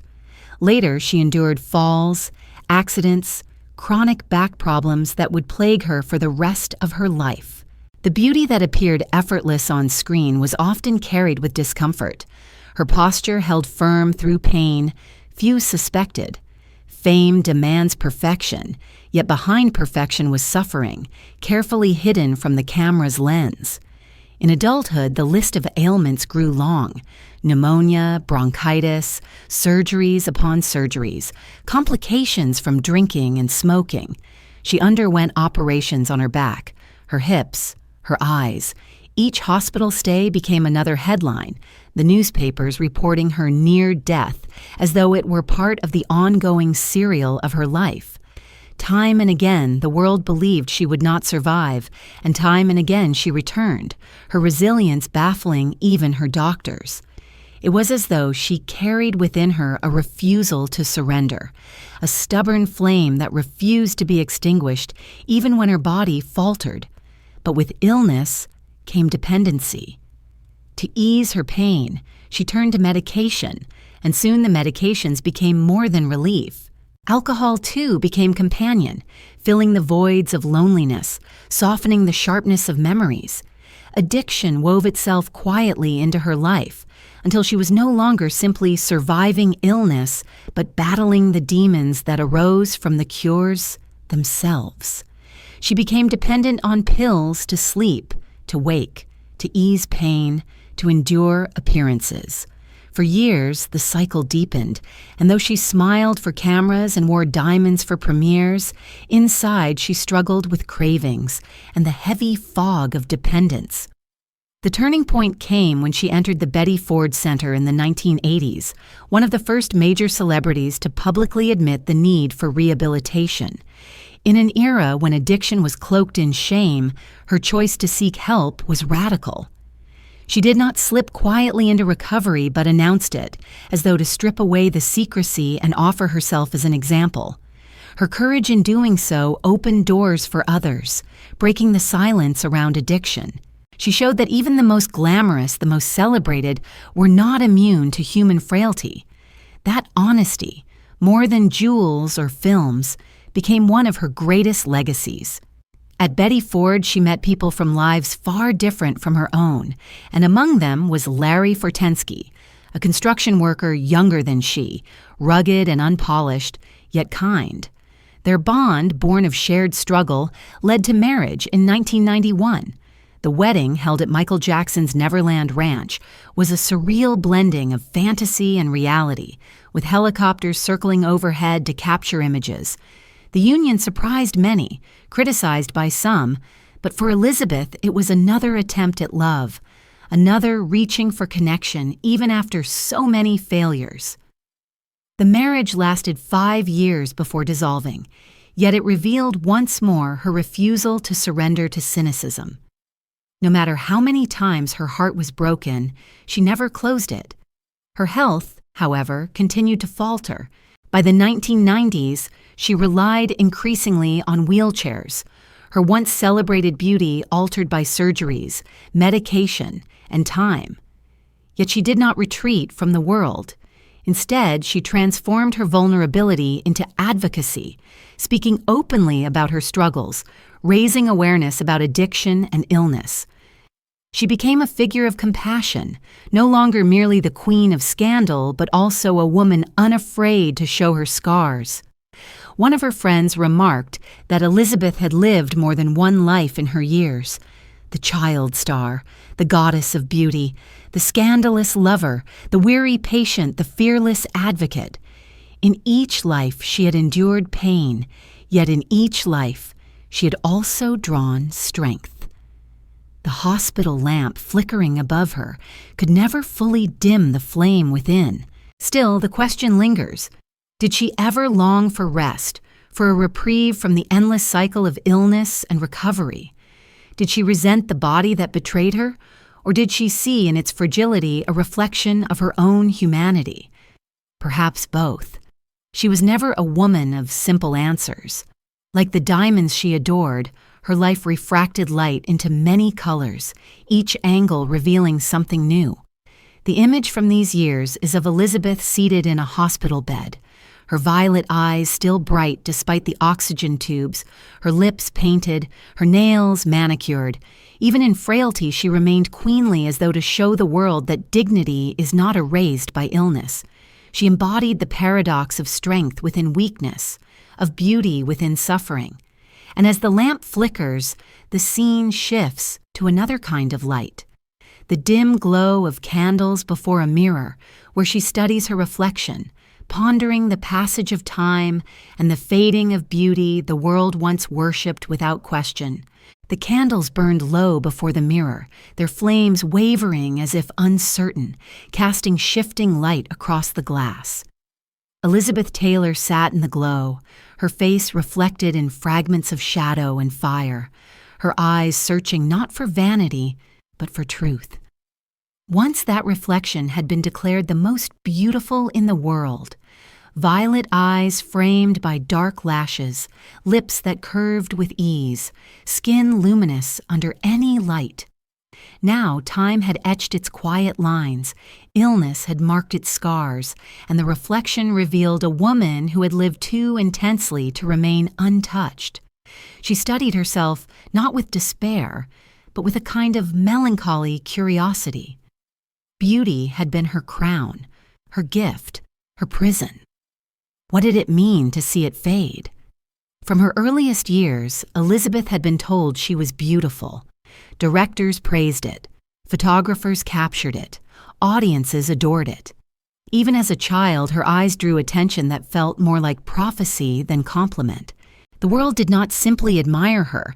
It demanded that she remain beautiful, as though her worth and identity were bound to it. In Hollywood, where youth is currency and beauty a fleeting commodity, such a demand is merciless. For decades, she had lived under that unrelenting gaze, praised when she met its standards, criticized when illness or age revealed her humanity. She admitted once that she hated being called the most beautiful woman in the world, for it stripped her of everything else. It ignored her humor, her intelligence, her generosity, her resilience. It reduced her to a surface, when beneath the surface she was a soul alive with contradictions. Beauty opened doors for her, yes, but it also caged her. Men desired her for it, directors exploited it, and the public consumed it without pause. Even her illnesses were reported in terms of beauty lost, as though her survival mattered less than whether her face still matched their memory. In the candlelight, perhaps she reflected on those contradictions. Did she resent the gift that brought her fame, even as it imprisoned her? Did she wish sometimes that she had been ordinary, unseen, free to age quietly without the weight of comparison? Yet if given the choice, would she have surrendered the power her beauty gave her? The ability to command a room, to bend the gaze of millions, to leave a mark on history itself? The mirror offered no answers, only questions shimmering in the dance of flame. Aging, for Elizabeth, was not simply the passage of years, it was the erosion of the myth the world had built around her. Each wrinkle, each scar, each pound gained was reported with cruel fascination, as though the world delighted in watching the goddess fall. Yet Elizabeth did not fall quietly. She confronted aging with defiance, adorning herself in jewels, painting her lips, laughing with friends, appearing in public with head held high. She refused to apologize for time. If the world demanded eternal youth, she gave them instead eternal spirit. Her beauty, though changed, never truly vanished. It transformed, softened, deepened. Those who knew her spoke of the way her eyes retained their strange fire, even when her body faltered. They spoke of her laugh, rich and infectious, of her presence that could still silence a room. Beauty is more than symmetry or skin. It is also presence. And Elizabeth's presence remained undimmed. Even in her 60s, seated in a wheelchair, she radiated a majesty that youth alone could never bestow. Still, the sorrow of fading lingered. She had lived so long as an object of desire that its withdrawal must have felt like exile. She confessed that she sometimes felt invisible, ignored by the same gaze that had once consumed her. That invisibility was both a relief and a wound, freeing her from scrutiny, yet reminding her of what had been lost. It was in such moments, perhaps, that she turned to jewels, stones that never faded, never aged, never lost their sparkle. Diamonds became her eternal companions, mirrors of the beauty she could not preserve in flesh. And yet, even as she grappled with fading beauty, she discovered a new freedom. No longer bound to play the goddess, she allowed herself to be human. She laughed louder, swore freely, surrounded herself with friends who valued her not for appearance, but for loyalty and warmth. She poured her energy into causes greater than herself, becoming a fierce advocate for AIDS research at a time when few dared to speak. The woman who had once been defined by her face became defined instead by her voice, by her courage, by her compassion. In that shift, there was liberation. The mirror in the candlelight showed her scars, but it also showed her resilience. Each line told a story, each mark a survival. She had lived through 8 marriages, countless illnesses, addictions, scandals, and condemnations. She had buried friends, endured betrayals, faced ridicule, yet still she sat before the glass, her eyes alive. Beauty had been the first chapter of her story, but it was not the last. And so the candle flames wavered, and she leaned closer to the mirror as though to whisper to her younger self, "You were beautiful, yes, but you were also strong, defiant, wounded, enduring. The world saw your face, but you lived your soul. That is the greater truth, the truth no mirror can ever fully capture." The image that lingers from this reflection is of Elizabeth sitting alone in the quiet glow, jewels glittering faintly upon her hand, her face softened by shadow, her eyes burning with undiminished light. She turns from the mirror, leaving behind the question of beauty, and moves toward another kind of illumination, the light of candles joined by others, hands clasped in solidarity as she stepped into the work that would define her later years, her tireless fight for compassion in the face of an epidemic.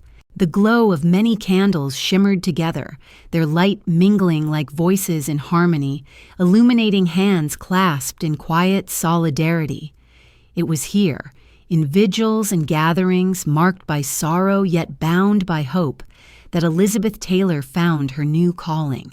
No longer the goddess in jewels nor the scandalous lover filling headlines, she became a warrior of compassion, unafraid to stand where others faltered. In the 1980s, when the AIDS epidemic emerged like a dark shadow across the world, claiming lives in silence, it was Elizabeth who stepped forward into that silence and spoke. At that time, fear cloaked the disease, and stigma weighed heavier than truth. Politicians avoided the subject, studios whispered but refused to act, even families shunned their own out of shame. AIDS was spoken of only in hushed tones, wrapped in prejudice and fear. Yet Elizabeth, who had known the cruelty of public judgment all her life, recognized the injustice in such silence.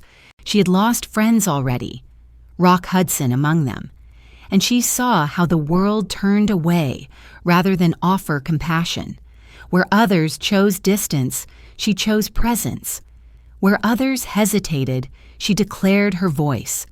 Her advocacy began not with fanfare, but with persistence.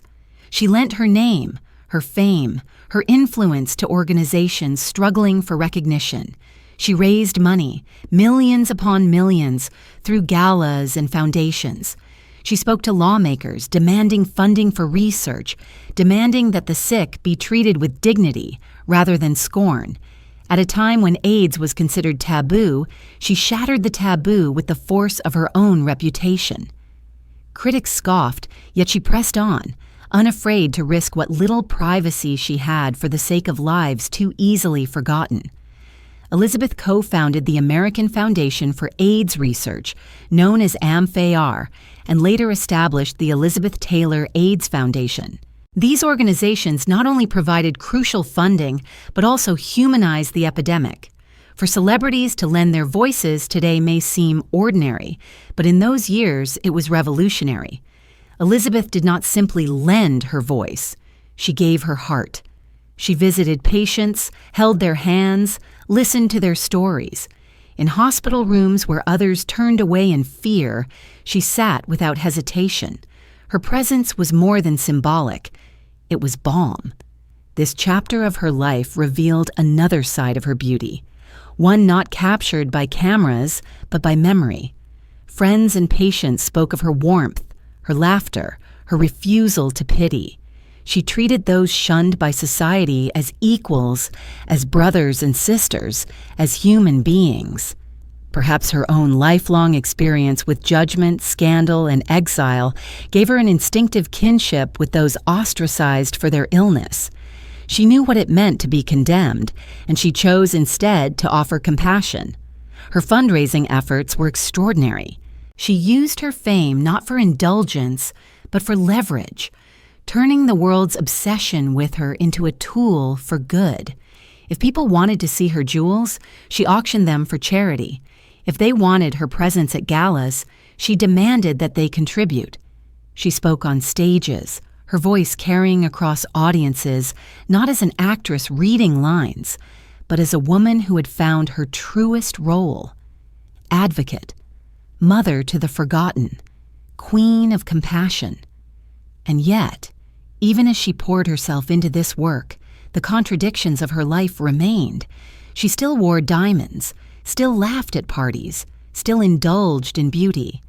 But now, indulgence was matched by generosity, extravagance by service. The woman who had once seemed defined by scandal revealed herself to be defined, ultimately, by her heart. She gave without measure, not to erase her past, but to transform it, to show that chaos can birth compassion. The public, once eager to condemn her, began to see her differently. No longer merely the scandalous star, she became a figure of respect, even reverence. Her activism softened her legend, balancing its excesses with grace. She did not abandon her past, she carried it with her, and in doing so, she showed that even a life lived in controversy can flower into something luminous. One cannot help but wonder if this work gave her a peace she had never found elsewhere. In giving, she was freed from the endless cycle of self, from the judgment of appearance and desire. In serving others, she discovered purpose beyond herself, a purpose that endured even when beauty faded, even when illness returned. Perhaps for the first time, she no longer felt defined by the gaze of the world, but by the gratitude of those whose hands she held in the quiet of hospital rooms. The image from these years is not of Elizabeth on a red carpet, though she still appeared on many, nor of Elizabeth adorned in diamonds, though she never abandoned them. It is of Elizabeth seated beside a hospital bed, her hand clasped around another's, her eyes meeting theirs without fear. No cameras, no headlines, just two human beings, one offering comfort to the other. In that moment, she was not legend, not scandal, but simply love in human form. And from the silence of that clasped hand arises another sound, soft laughter, light and unguarded, drifting like smoke through a quiet garden where friends gather and memories take root. The laughter drifted like smoke through the garden, curling upward and vanishing into the night air, leaving behind the warmth of presence, the balm of companionship. Elizabeth Taylor, though often portrayed as a woman defined by marriages and scandals, lived also by her friendships. Bonds that endured when romance faltered, that steadied her in the wake of loss, that offered the comfort of being seen without judgment. In gardens and quiet rooms, in hospital corridors and at extravagant gatherings, these friendships were the unseen pillars of her life. Among the earliest and dearest was Montgomery Clift, the actor whose fragility and brilliance mirrored her own. They met on the set of A Place in the Sun, when Elizabeth was still in her teens and Monty already known for his haunting intensity. On screen, their chemistry burned, a fusion of beauty and yearning that audiences found unforgettable. Off-screen, their bond deepened into something rare, beyond romance, beyond definition. Elizabeth adored him, cared for him, defended him. When his car crashed outside her house in 1956, she ran to his side, pulling broken teeth from his throat so he would not choke. That act of instinctive love bound them forever. Monty's life was a slow unraveling, consumed by addiction, by the weight of his own demons. Elizabeth stood by him, shielding him from scorn, offering what little peace her presence could bring. She did not abandon him even as others turned away, for she understood too well what it meant to be judged harshly, to live under expectations impossible to bear. When he died in 1966, she grieved not only for the man he was, but for the fragile kinship they had shared. To Elizabeth, Monty was family, a soul companion, proof that friendship could be as profound as any love. In later years, another unlikely companion entered her circle, Michael Jackson. Decades apart in age, from vastly different worlds, yet bound by the peculiar fate of living as icons. Both had been thrust into fame too young. Both knew the relentless gaze of the public. Both bore the wounds of being consumed by their own myth. In Elizabeth, Michael found someone who understood the loneliness of being worshipped, yet unseen. In Michael, Elizabeth found someone who shared her sense of exile within adoration. Their friendship bewildered outsiders, mocked by some, but for them it was sanctuary. She defended him when scandals erupted. He comforted her when illness returned. She became a kind of maternal figure to him, fierce in her loyalty, protective in her love. They laughed together, surrounded by the eccentricities of Neverland, two eternal children finding refuge in one another's company. For Elizabeth, who had lived so long under scrutiny, the ability to laugh freely with someone who understood the strangeness of her world was precious. For Michael, who struggled with trust, her loyalty was anchor. There were others, too. Rock Hudson, whom she cherished and mourned, and whose illness drew her into AIDS activism. Roddy McDowell, the actor who knew her before the diamonds and scandals and loved her still after. Friends who gathered around her not for fame, but for shared humanity, who knew the woman behind the image. Elizabeth, for all her extravagance, was known by those close to her as generous to a fault, ready to laugh, quick to forgive, loyal even when loyalty cost her. She gave as fiercely in friendship as she did in love. Her homes became havens of such companionship. In gardens filled with flowers and fountains, laughter rang out, conversations lingered late into the night, secrets were shared. Those who sat with her described an atmosphere of warmth, of openness, of a queenly figure who nevertheless invited intimacy. She loved deeply, whether in marriage or friendship, and her capacity for affection was boundless. It was this quality, perhaps more than her beauty, that kept people close to her, that made her unforgettable to those who knew her privately. Yet even friendship was not free of sorrow. She buried many of those she loved, sometimes too soon, sometimes after years of watching them decline. Each loss left a mark, each grief added to the collection she carried within. But unlike romantic wounds, which often tore her apart, these losses she bore with steadier grace, honoring their memory with laughter, stories, and loyalty that did not end with death. In these friendships, one sees a different Elizabeth, not the scandalous lover, not the defiant icon, but a woman who cherished connection, who clung to companionship as a way of softening the solitude that fame imposed.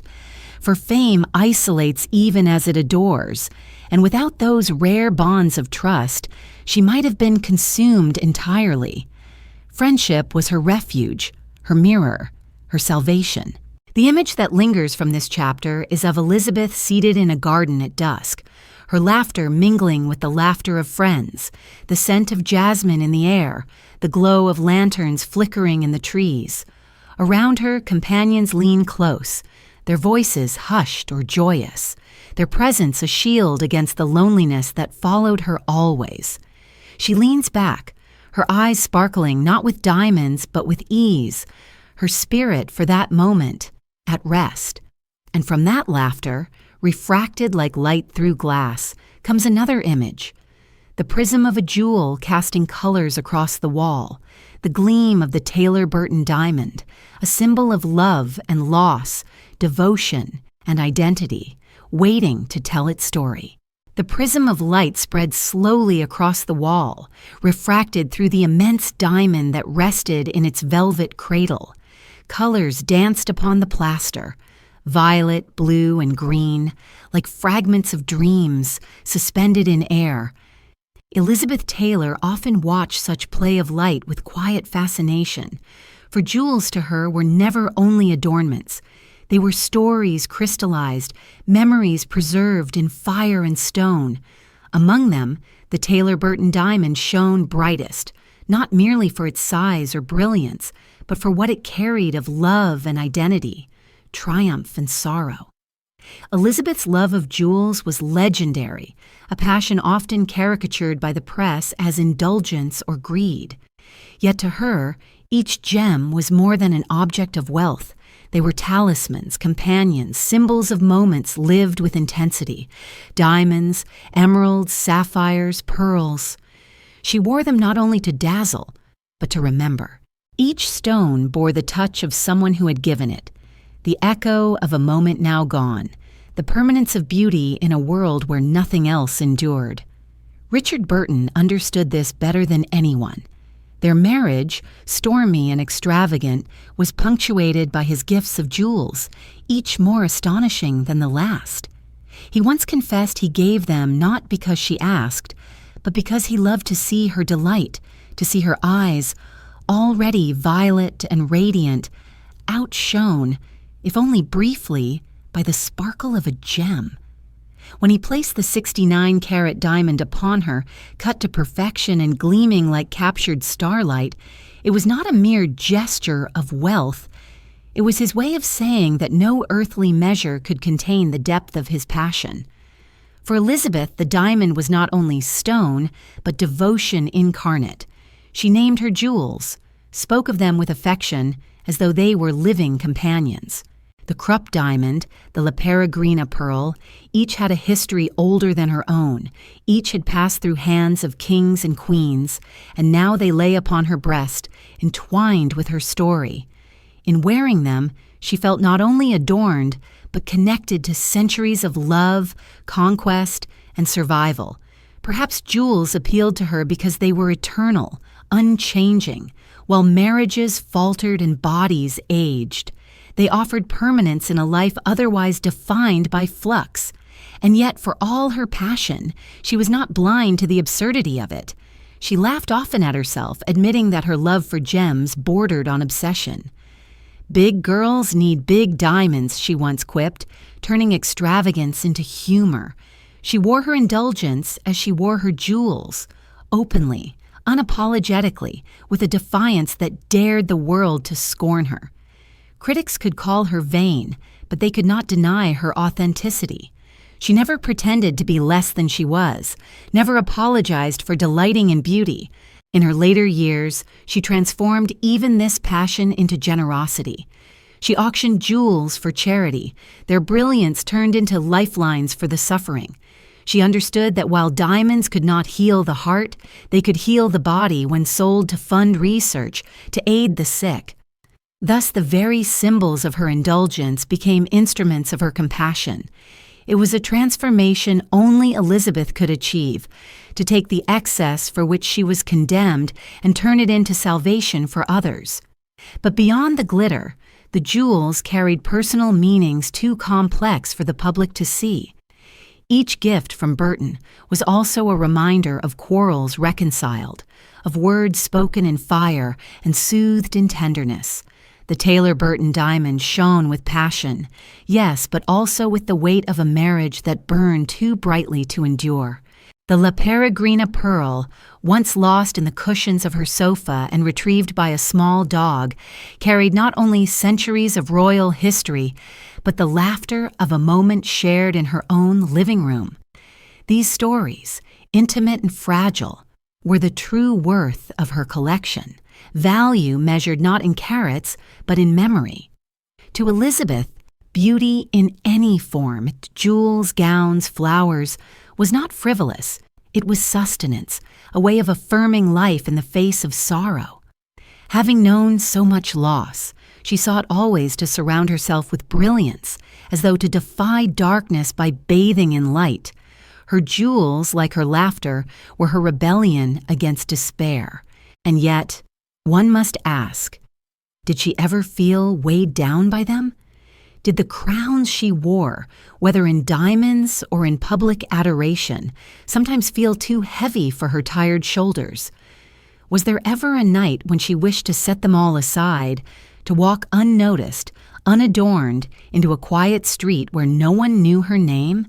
Perhaps she dreamed of such nights, though she rarely spoke of them. More often she chose instead to embrace the weight, to make the jewels part of her armor, her identity, her legend. The prism of light upon the wall fades slowly as the candle burns low, and the jewel returns to stillness in its velvet bed. Elizabeth rises, leaving the sparkle behind, stepping into a world where admiration is never without condemnation, where applause is always followed by whispers. The jewels remain eternal, but she carries within her a question that cannot be answered by stone. What is left of a woman when her symbols are taken away? The image that lingers is of Elizabeth, standing at the edge of her bedroom, jewels removed, her reflection softened by lamplight, her hands bare. She smiles faintly as though acknowledging both the joy and the burden of her treasures. And from that faint smile rises the murmur of a crowd, indistinct, voices blending into whispers that fade and grow, the eternal chorus of judgment that followed her always. The murmur of the crowd lingered like wind through corridors, indistinct yet insistent, the voices rising and falling with the same restless rhythm that had followed her all her life. Elizabeth Taylor had long since learned that whispers could wound as deeply as knives, yet she also knew they could not be silenced. To live as she had lived was to exist, always beneath judgment, adored and condemned, celebrated and scorned, embraced as a goddess and dismissed as a scandal. In time, she came to understand that she was not merely a victim of these voices, but also their mirror, reflecting back to society its own desires, fears, and contradictions. From the earliest days of her career, Elizabeth had been scrutinized with unusual intensity. Other actresses were admired, other stars celebrated, but she seemed to invite a particular kind of obsession, as though her life were a canvas upon which the world painted its fantasies. When she loved boldly, she was condemned as reckless. When she mourned openly, she was accused of seeking attention. When she indulged in beauty, she was called vain, and when she embraced her passions, she was labeled scandalous. Every choice, whether intimate or trivial, was magnified and distorted. Yet rather than shrink from this relentless gaze, Elizabeth often met it head-on, unashamed, unrepentant. There was a defiance in her endurance. She did not apologize for living according to her desires, for marrying often, for loving fiercely, for indulging in beauty. In her defiance, she became a kind of archetype, the woman who dared to be more than society permitted, the woman who lived openly what others only dreamed or whispered. In this way, she both provoked and revealed. For those who condemned her for her excesses, perhaps their condemnation was born of envy, of seeing in her the freedom they did not permit themselves. For those who adored her, it was the same. Admiration for the courage to embrace passion without apology. Her life, therefore, became less a private journey than a mirror held up to the world. In Elizabeth's scandals, society saw its own obsession with control, its fear of female desire, its hunger for spectacle. In her beauty, it saw its own longing for permanence, its terror of aging and decay. In her resilience, it saw the possibility of survival against judgment, a lesson even her harshest critics unconsciously absorbed. She was more than an actress. She was a projection screen for the collective psyche, playing a role that transcended cinema. And yet, the cost was profound. To live as a mirror is to risk losing sight of oneself. Did Elizabeth in quiet hours ever wonder who she truly was beneath the reflections cast upon her? Did she long for a moment when the whispers would cease, when she could live unseen, unknown, unjudged? Or had she come to accept that her identity was inseparable from the gaze of the world, that she could never fully disentangle herself from the legend she had become? Even when she withdrew from films, when illness confined her, the whispers did not stop. They shifted from her performances to her appearance, from her roles to her marriages, from her beauty to her frailty. In this way, she was never permitted to fade gently. Society that had crowned her queen demanded also to witness her decline, as though her mortality confirmed their own. The paradox of fame is that it elevates and consumes in the same breath, and Elizabeth bore that paradox more visibly than almost anyone. But rather than crumble beneath judgment, she often used it as fuel. Each scandal became another layer of her legend, each condemnation another reminder that she lived boldly. She seemed to understand instinctively that to be unforgettable, one must not seek perfection but embody contradiction. And she embodied contradiction with unparalleled grace, goddess and sinner, beauty and fragility, indulgence and compassion. By refusing to be only one thing, she forced the world to reckon with complexity.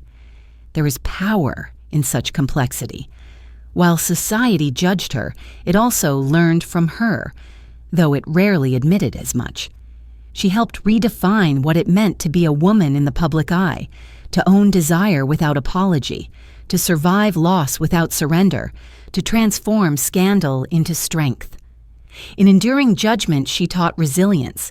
In reflecting obsession, she revealed its emptiness. In embracing contradiction, she carved a space for authenticity, however messy. And still, she remained human. Beneath the jewels, beneath the headlines, beneath the archetype, she was a woman who loved her children, who laughed with friends, who wept in solitude, who battled pain and addiction, who longed for tenderness as much as anyone. The whispers that defined her were always partial truths, fragments of a life too vast to be contained. Perhaps this was her greatest endurance, not simply to survive judgment, but to continue living richly, deeply, fully, despite it. The image that lingers from this chapter is of Elizabeth standing on a balcony, the night air cool upon her skin, the murmur of crowds drifting upward from the street below. She listens, not with resentment, but with weary acceptance, aware that the whispers will never cease. She turns her head slightly, her violet eyes catching the moonlight, and in that moment she is both the woman judged and the mirror reflecting the ones who judge.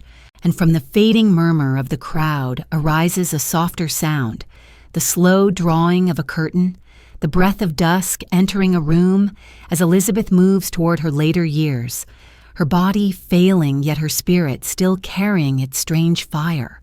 The curtain drew slowly across the window, muting the brightness of day, allowing the soft hush of dusk to settle into the room. Elizabeth Taylor, now in her later years, moved within such dim light, her body no longer the vessel of vitality it had once been, yet her presence still undeniable. The wheelchair became her chariot, oxygen her constant companion, yet she carried these burdens with the same majesty she had once carried diamonds. To those who saw her, frail though she was, there remained that peculiar aura, as if within her still burned embers that refused to fade. Time had carved its marks deeply. The illnesses that had shadowed her since childhood now claimed more of her days.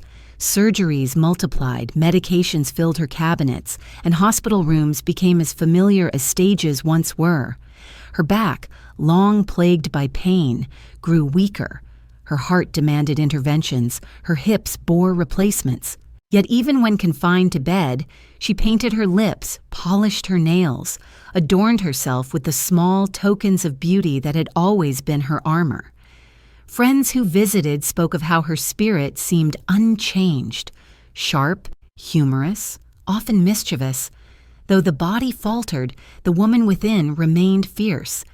In these years, she appeared less frequently in public, but when she did, the effect was undiminished. Photographs of her seated in her chair, wrapped in furs, eyes rimmed with kohl, revealed a queenly figure who refused to surrender her dignity.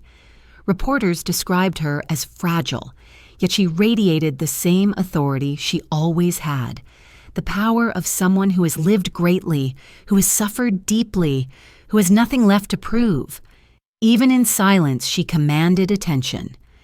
Her later years were marked not by films, but by friendships and philanthropy. She continued her work for AIDS awareness, raising funds, speaking at events, lending her name to causes. Her activism did not dim with age. If anything, it deepened. She had become elder stateswoman of compassion, revered for her courage, admired for her endurance. The same world that once condemned her scandals now bowed in respect for her advocacy, as though at last it recognized the heart beneath the legend. Family, too, became her sanctuary. Her children and grandchildren gathered around her, their presence a reminder that beyond jewels and headlines, she was also mother and grandmother.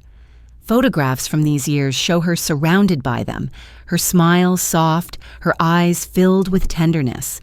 She spoke often of her pride in them, of how they gave her joy beyond what fame could offer. In their company, she found the closest thing to peace that life had granted her. Yet solitude was still her companion. Nights were often long, filled with memories and ghosts. The absence of Richard Burton lingered most heavily. Though decades had passed since their divorces, his presence haunted her life, like a shadow that never left. She read and reread his letters, kept close the one he had written before his death, and spoke of him often. Friends said that even in her final years, her voice softened when his name arose, as though the embers of that passion still glowed faintly within her. The love that had burned too brightly to last in life remained eternal in memory. Her later interviews revealed a woman both reflective and resigned. She spoke candidly of her mistakes, her indulgences, her regrets, yet without apology. She acknowledged her excesses, but also her joys. She admitted she had lived recklessly, but insisted she had lived fully. "I've been lucky," she once said, though luck seemed too simple a word for a life as tumultuous and rich as hers. It was not luck that had sustained her, but resilience, a refusal to be broken even when bent. Aging, for Elizabeth, was not an end but another transformation. No longer worshipped as the goddess of beauty, she became instead a matriarch, a survivor, a figure of wisdom. People who had once condemned her now celebrated her endurance. She seemed to embody the paradox of mortality, frail in flesh, eternal in presence. The violet eyes, though dimmed, still carried their strange light as if they had seen too much to extinguish. The image that endures from these years is of Elizabeth seated by a window, a blanket across her knees, the curtain drawn back slightly to let in a thread of sunlight. Her hair is silvered, her hands marked by time, yet her expression serene. She looks not at the camera, but beyond it, into some horizon only she can see. Around her, the murmurs of family, the scent of flowers, the hum of oxygen, the rhythm of life continuing quietly. And within her gaze, the fire of a woman who has refused, always, to be forgotten. And from that quiet room, from the softened light and hushed breath, rises the rustle of paper. A letter drawn from a drawer, unfolded once more, its words bridging the distance between life and death, between Elizabeth and Richard Burton, a conversation unfinished yet eternal. The rustle of paper was soft, almost like a sigh as Elizabeth unfolded the letter, its creases worn from being opened and closed, though never fully revealed to the world. It was Richard Burton's handwriting, unmistakable, bold yet slanted, a voice pressed into ink long after his own voice had gone silent. The letter had arrived before his death in 1984, when the years had already carried them apart into other marriages, other lives.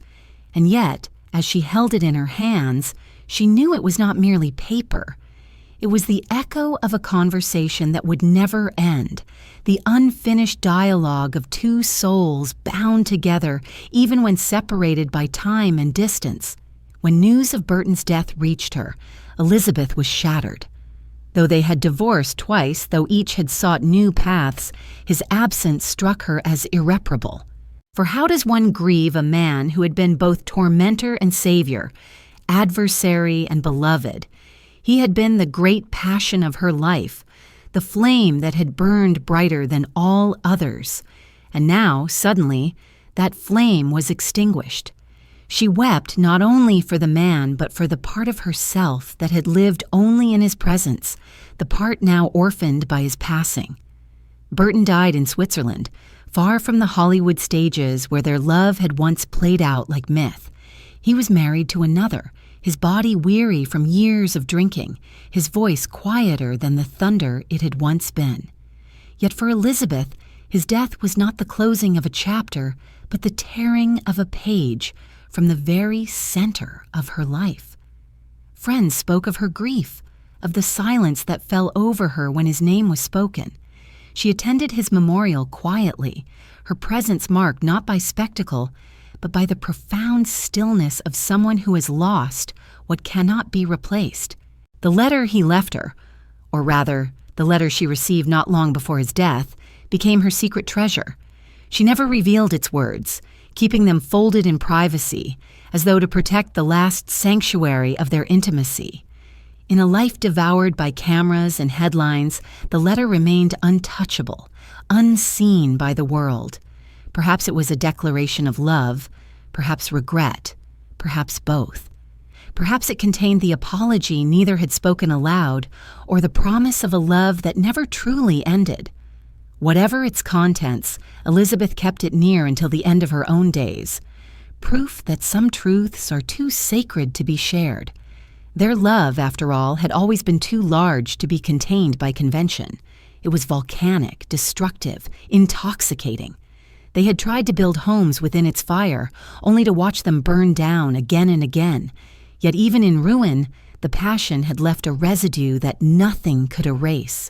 Elizabeth spoke of Burton often in her later years, her voice softening when she recalled him. She called him the great love of her life, even as she admitted the pain he had caused. He, too, had confessed in interviews that he could not escape her shadow, that she haunted him always. Theirs was not the kind of love that ends with divorce. It was the kind that lingers beyond death, unfinished, eternal. The public, fascinated even decades later, asked endlessly about Burton. They wanted to know if she still loved him, if she regretted their quarrels, if she believed they might have endured had they been gentler with each other. Elizabeth, candid as always, admitted she thought of him daily. She confessed to regrets, but also to gratitude. Without him, she said, she would never have known love in its fullest form. It was both her greatest blessing and her greatest wound. The letter, folded and hidden, became the symbol of that paradox. In its secrecy, it preserved the mystery of their bond. For once, Elizabeth withheld from the world, choosing not to turn her love into spectacle. She had shared nearly everything else: her marriages, her scandals, her illnesses, her jewels. But this she kept private. In doing so, she carved a space of intimacy untouched by judgment, a small sanctuary where she and Richard remained alone.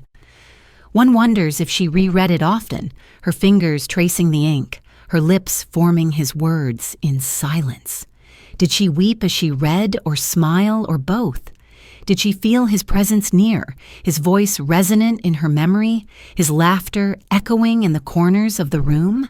Perhaps the letter was not simply words but invocation, a way of summoning him back for brief moments, of bridging the impossible gap between life and death. The paradox of unfinished love is that it never fades. Completed loves may mellow, may settle into memory, but unfinished loves remain sharp, haunting, alive. For Elizabeth, Burton was always unfinished. His death froze their story mid-sentence, leaving her to carry the rest of it alone. Yet perhaps this incompletion was its own kind of eternity, for in never ending, their love never diminished. It remained as fierce in memory as it had been in life. The image that lingers is of Elizabeth sitting at a desk in twilight, the letter unfolded before her, the paper thin with age. Around her, the room is quiet, the air heavy with absence. She leans forward, her hand resting lightly on the page, her eyes distant. The candle burns low beside her, casting a circle of light upon the ink. She does not speak, for there is nothing more to say. The letter says enough, and its silence says even more. And from that circle of light comes the hum of machines, steady and low, as her later years draw her closer to her own ending, her body surrounded by family, her presence still majestic even as breath grows thin. The hum of the machines was steady, a low accompaniment in the quiet rooms where Elizabeth Taylor spent her final years. Oxygen flowed through tubes at her side, the sound of regulated breath filling the silence like a lullaby both comforting and fragile. Around her were the markers of a long journey. Photographs of children and grandchildren framed upon tables, bouquets of flowers brightening the dim corners, letters tucked into drawers, jewels resting in cases that gleamed only faintly in the softened light. She was frail now, her body narrowed by decades of illness and surgeries, yet her spirit remained formidable. Even as the machines measured her breaths, she retained the dignity of a queen, seated in her chair with a presence that still commanded reverence. Family gathered near her often, their voices gentle, their hands clasping hers. They spoke with her of memories, of small joys, of daily news.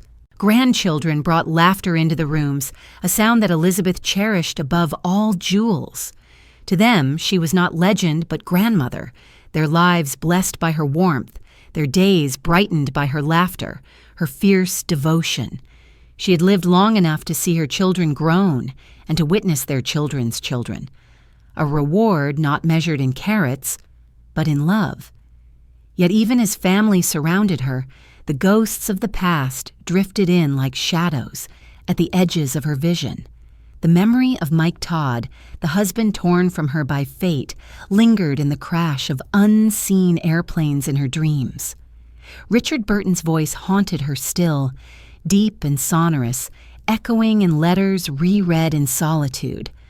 Montgomery Clift's fragile smile, Rock Hudson's warmth, Michael Jackson's laughter, all rose unbidden, companions from another world. In these final years, Elizabeth carried a house of memories within her, filled with both sorrow and sweetness, a house more crowded than any palace she had known. Her health grew ever more precarious.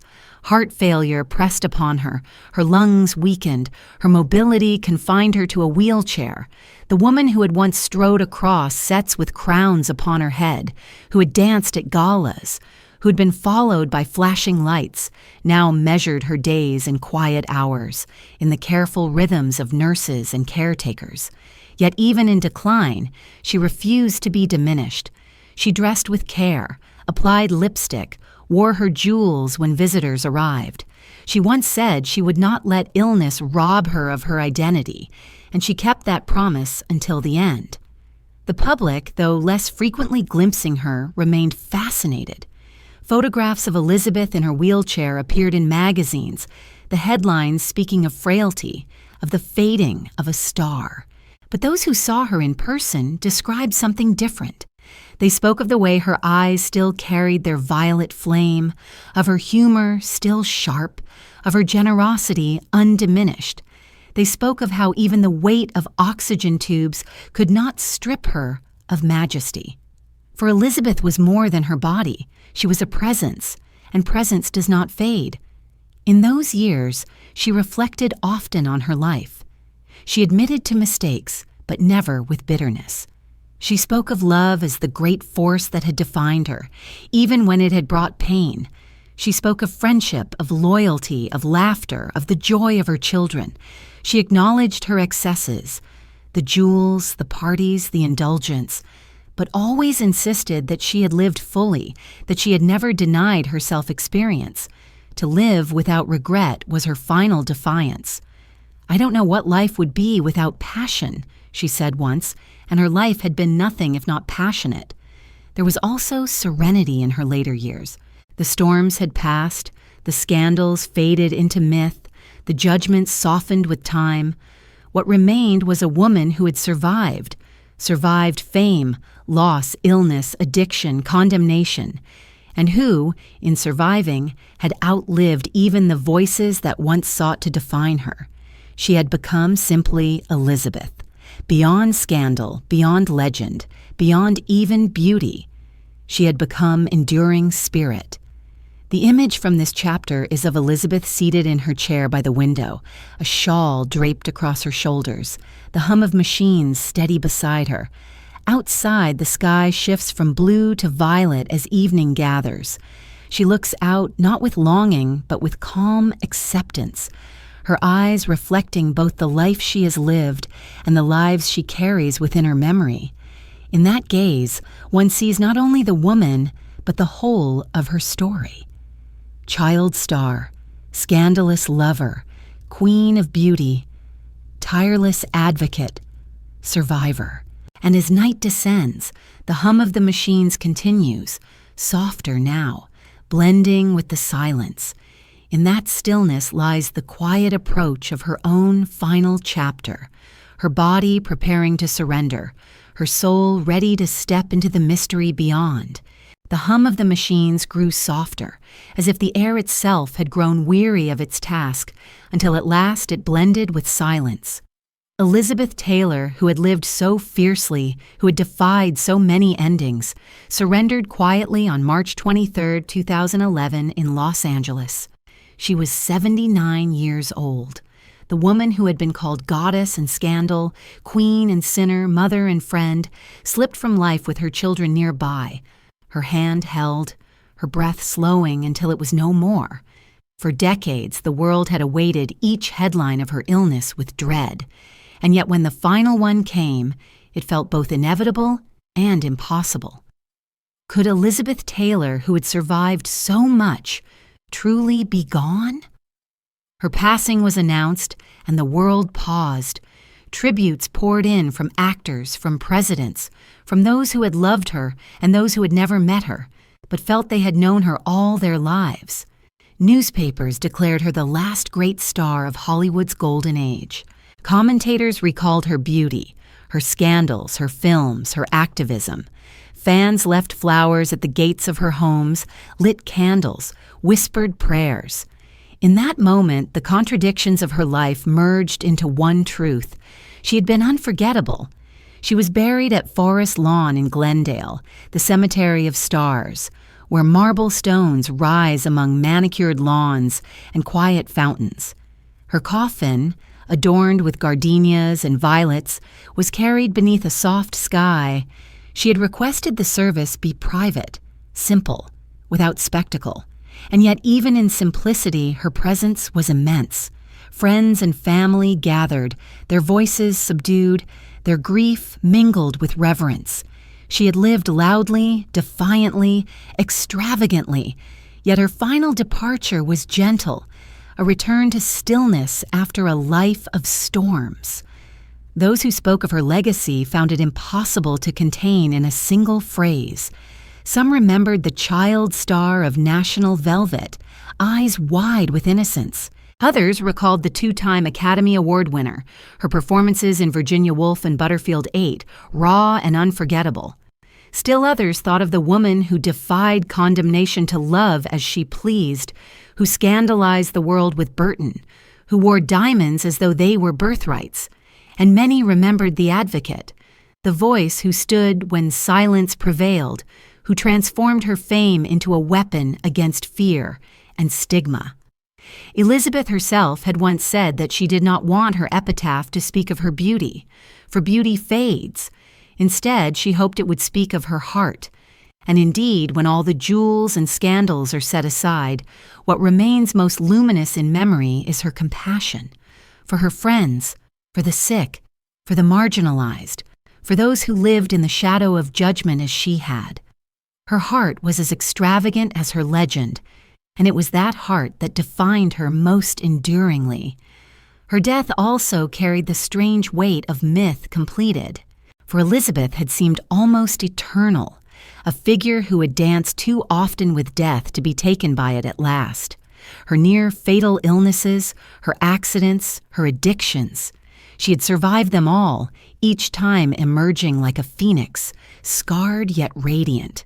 To lose her felt like losing the last thread of an era when stars were larger than life, when cinema shimmered with both illusion and truth. She was the last violet flame of a generation that had defined glamour itself. And yet, in reflecting on her life, one must resist the temptation to make her only myth. She was also a woman of laughter, of humor, of stubbornness, of resilience. Friends recalled her bawdy jokes, her fierce loyalty, her love of animals, her joy in simple pleasures. She was never only the goddess the world imagined, nor only the scandal it condemned. She was complex, contradictory, human.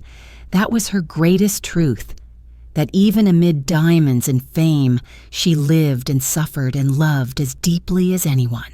The image that lingers at the end is not of Elizabeth on a red carpet, nor crowned as Cleopatra, nor draped in furs and jewels.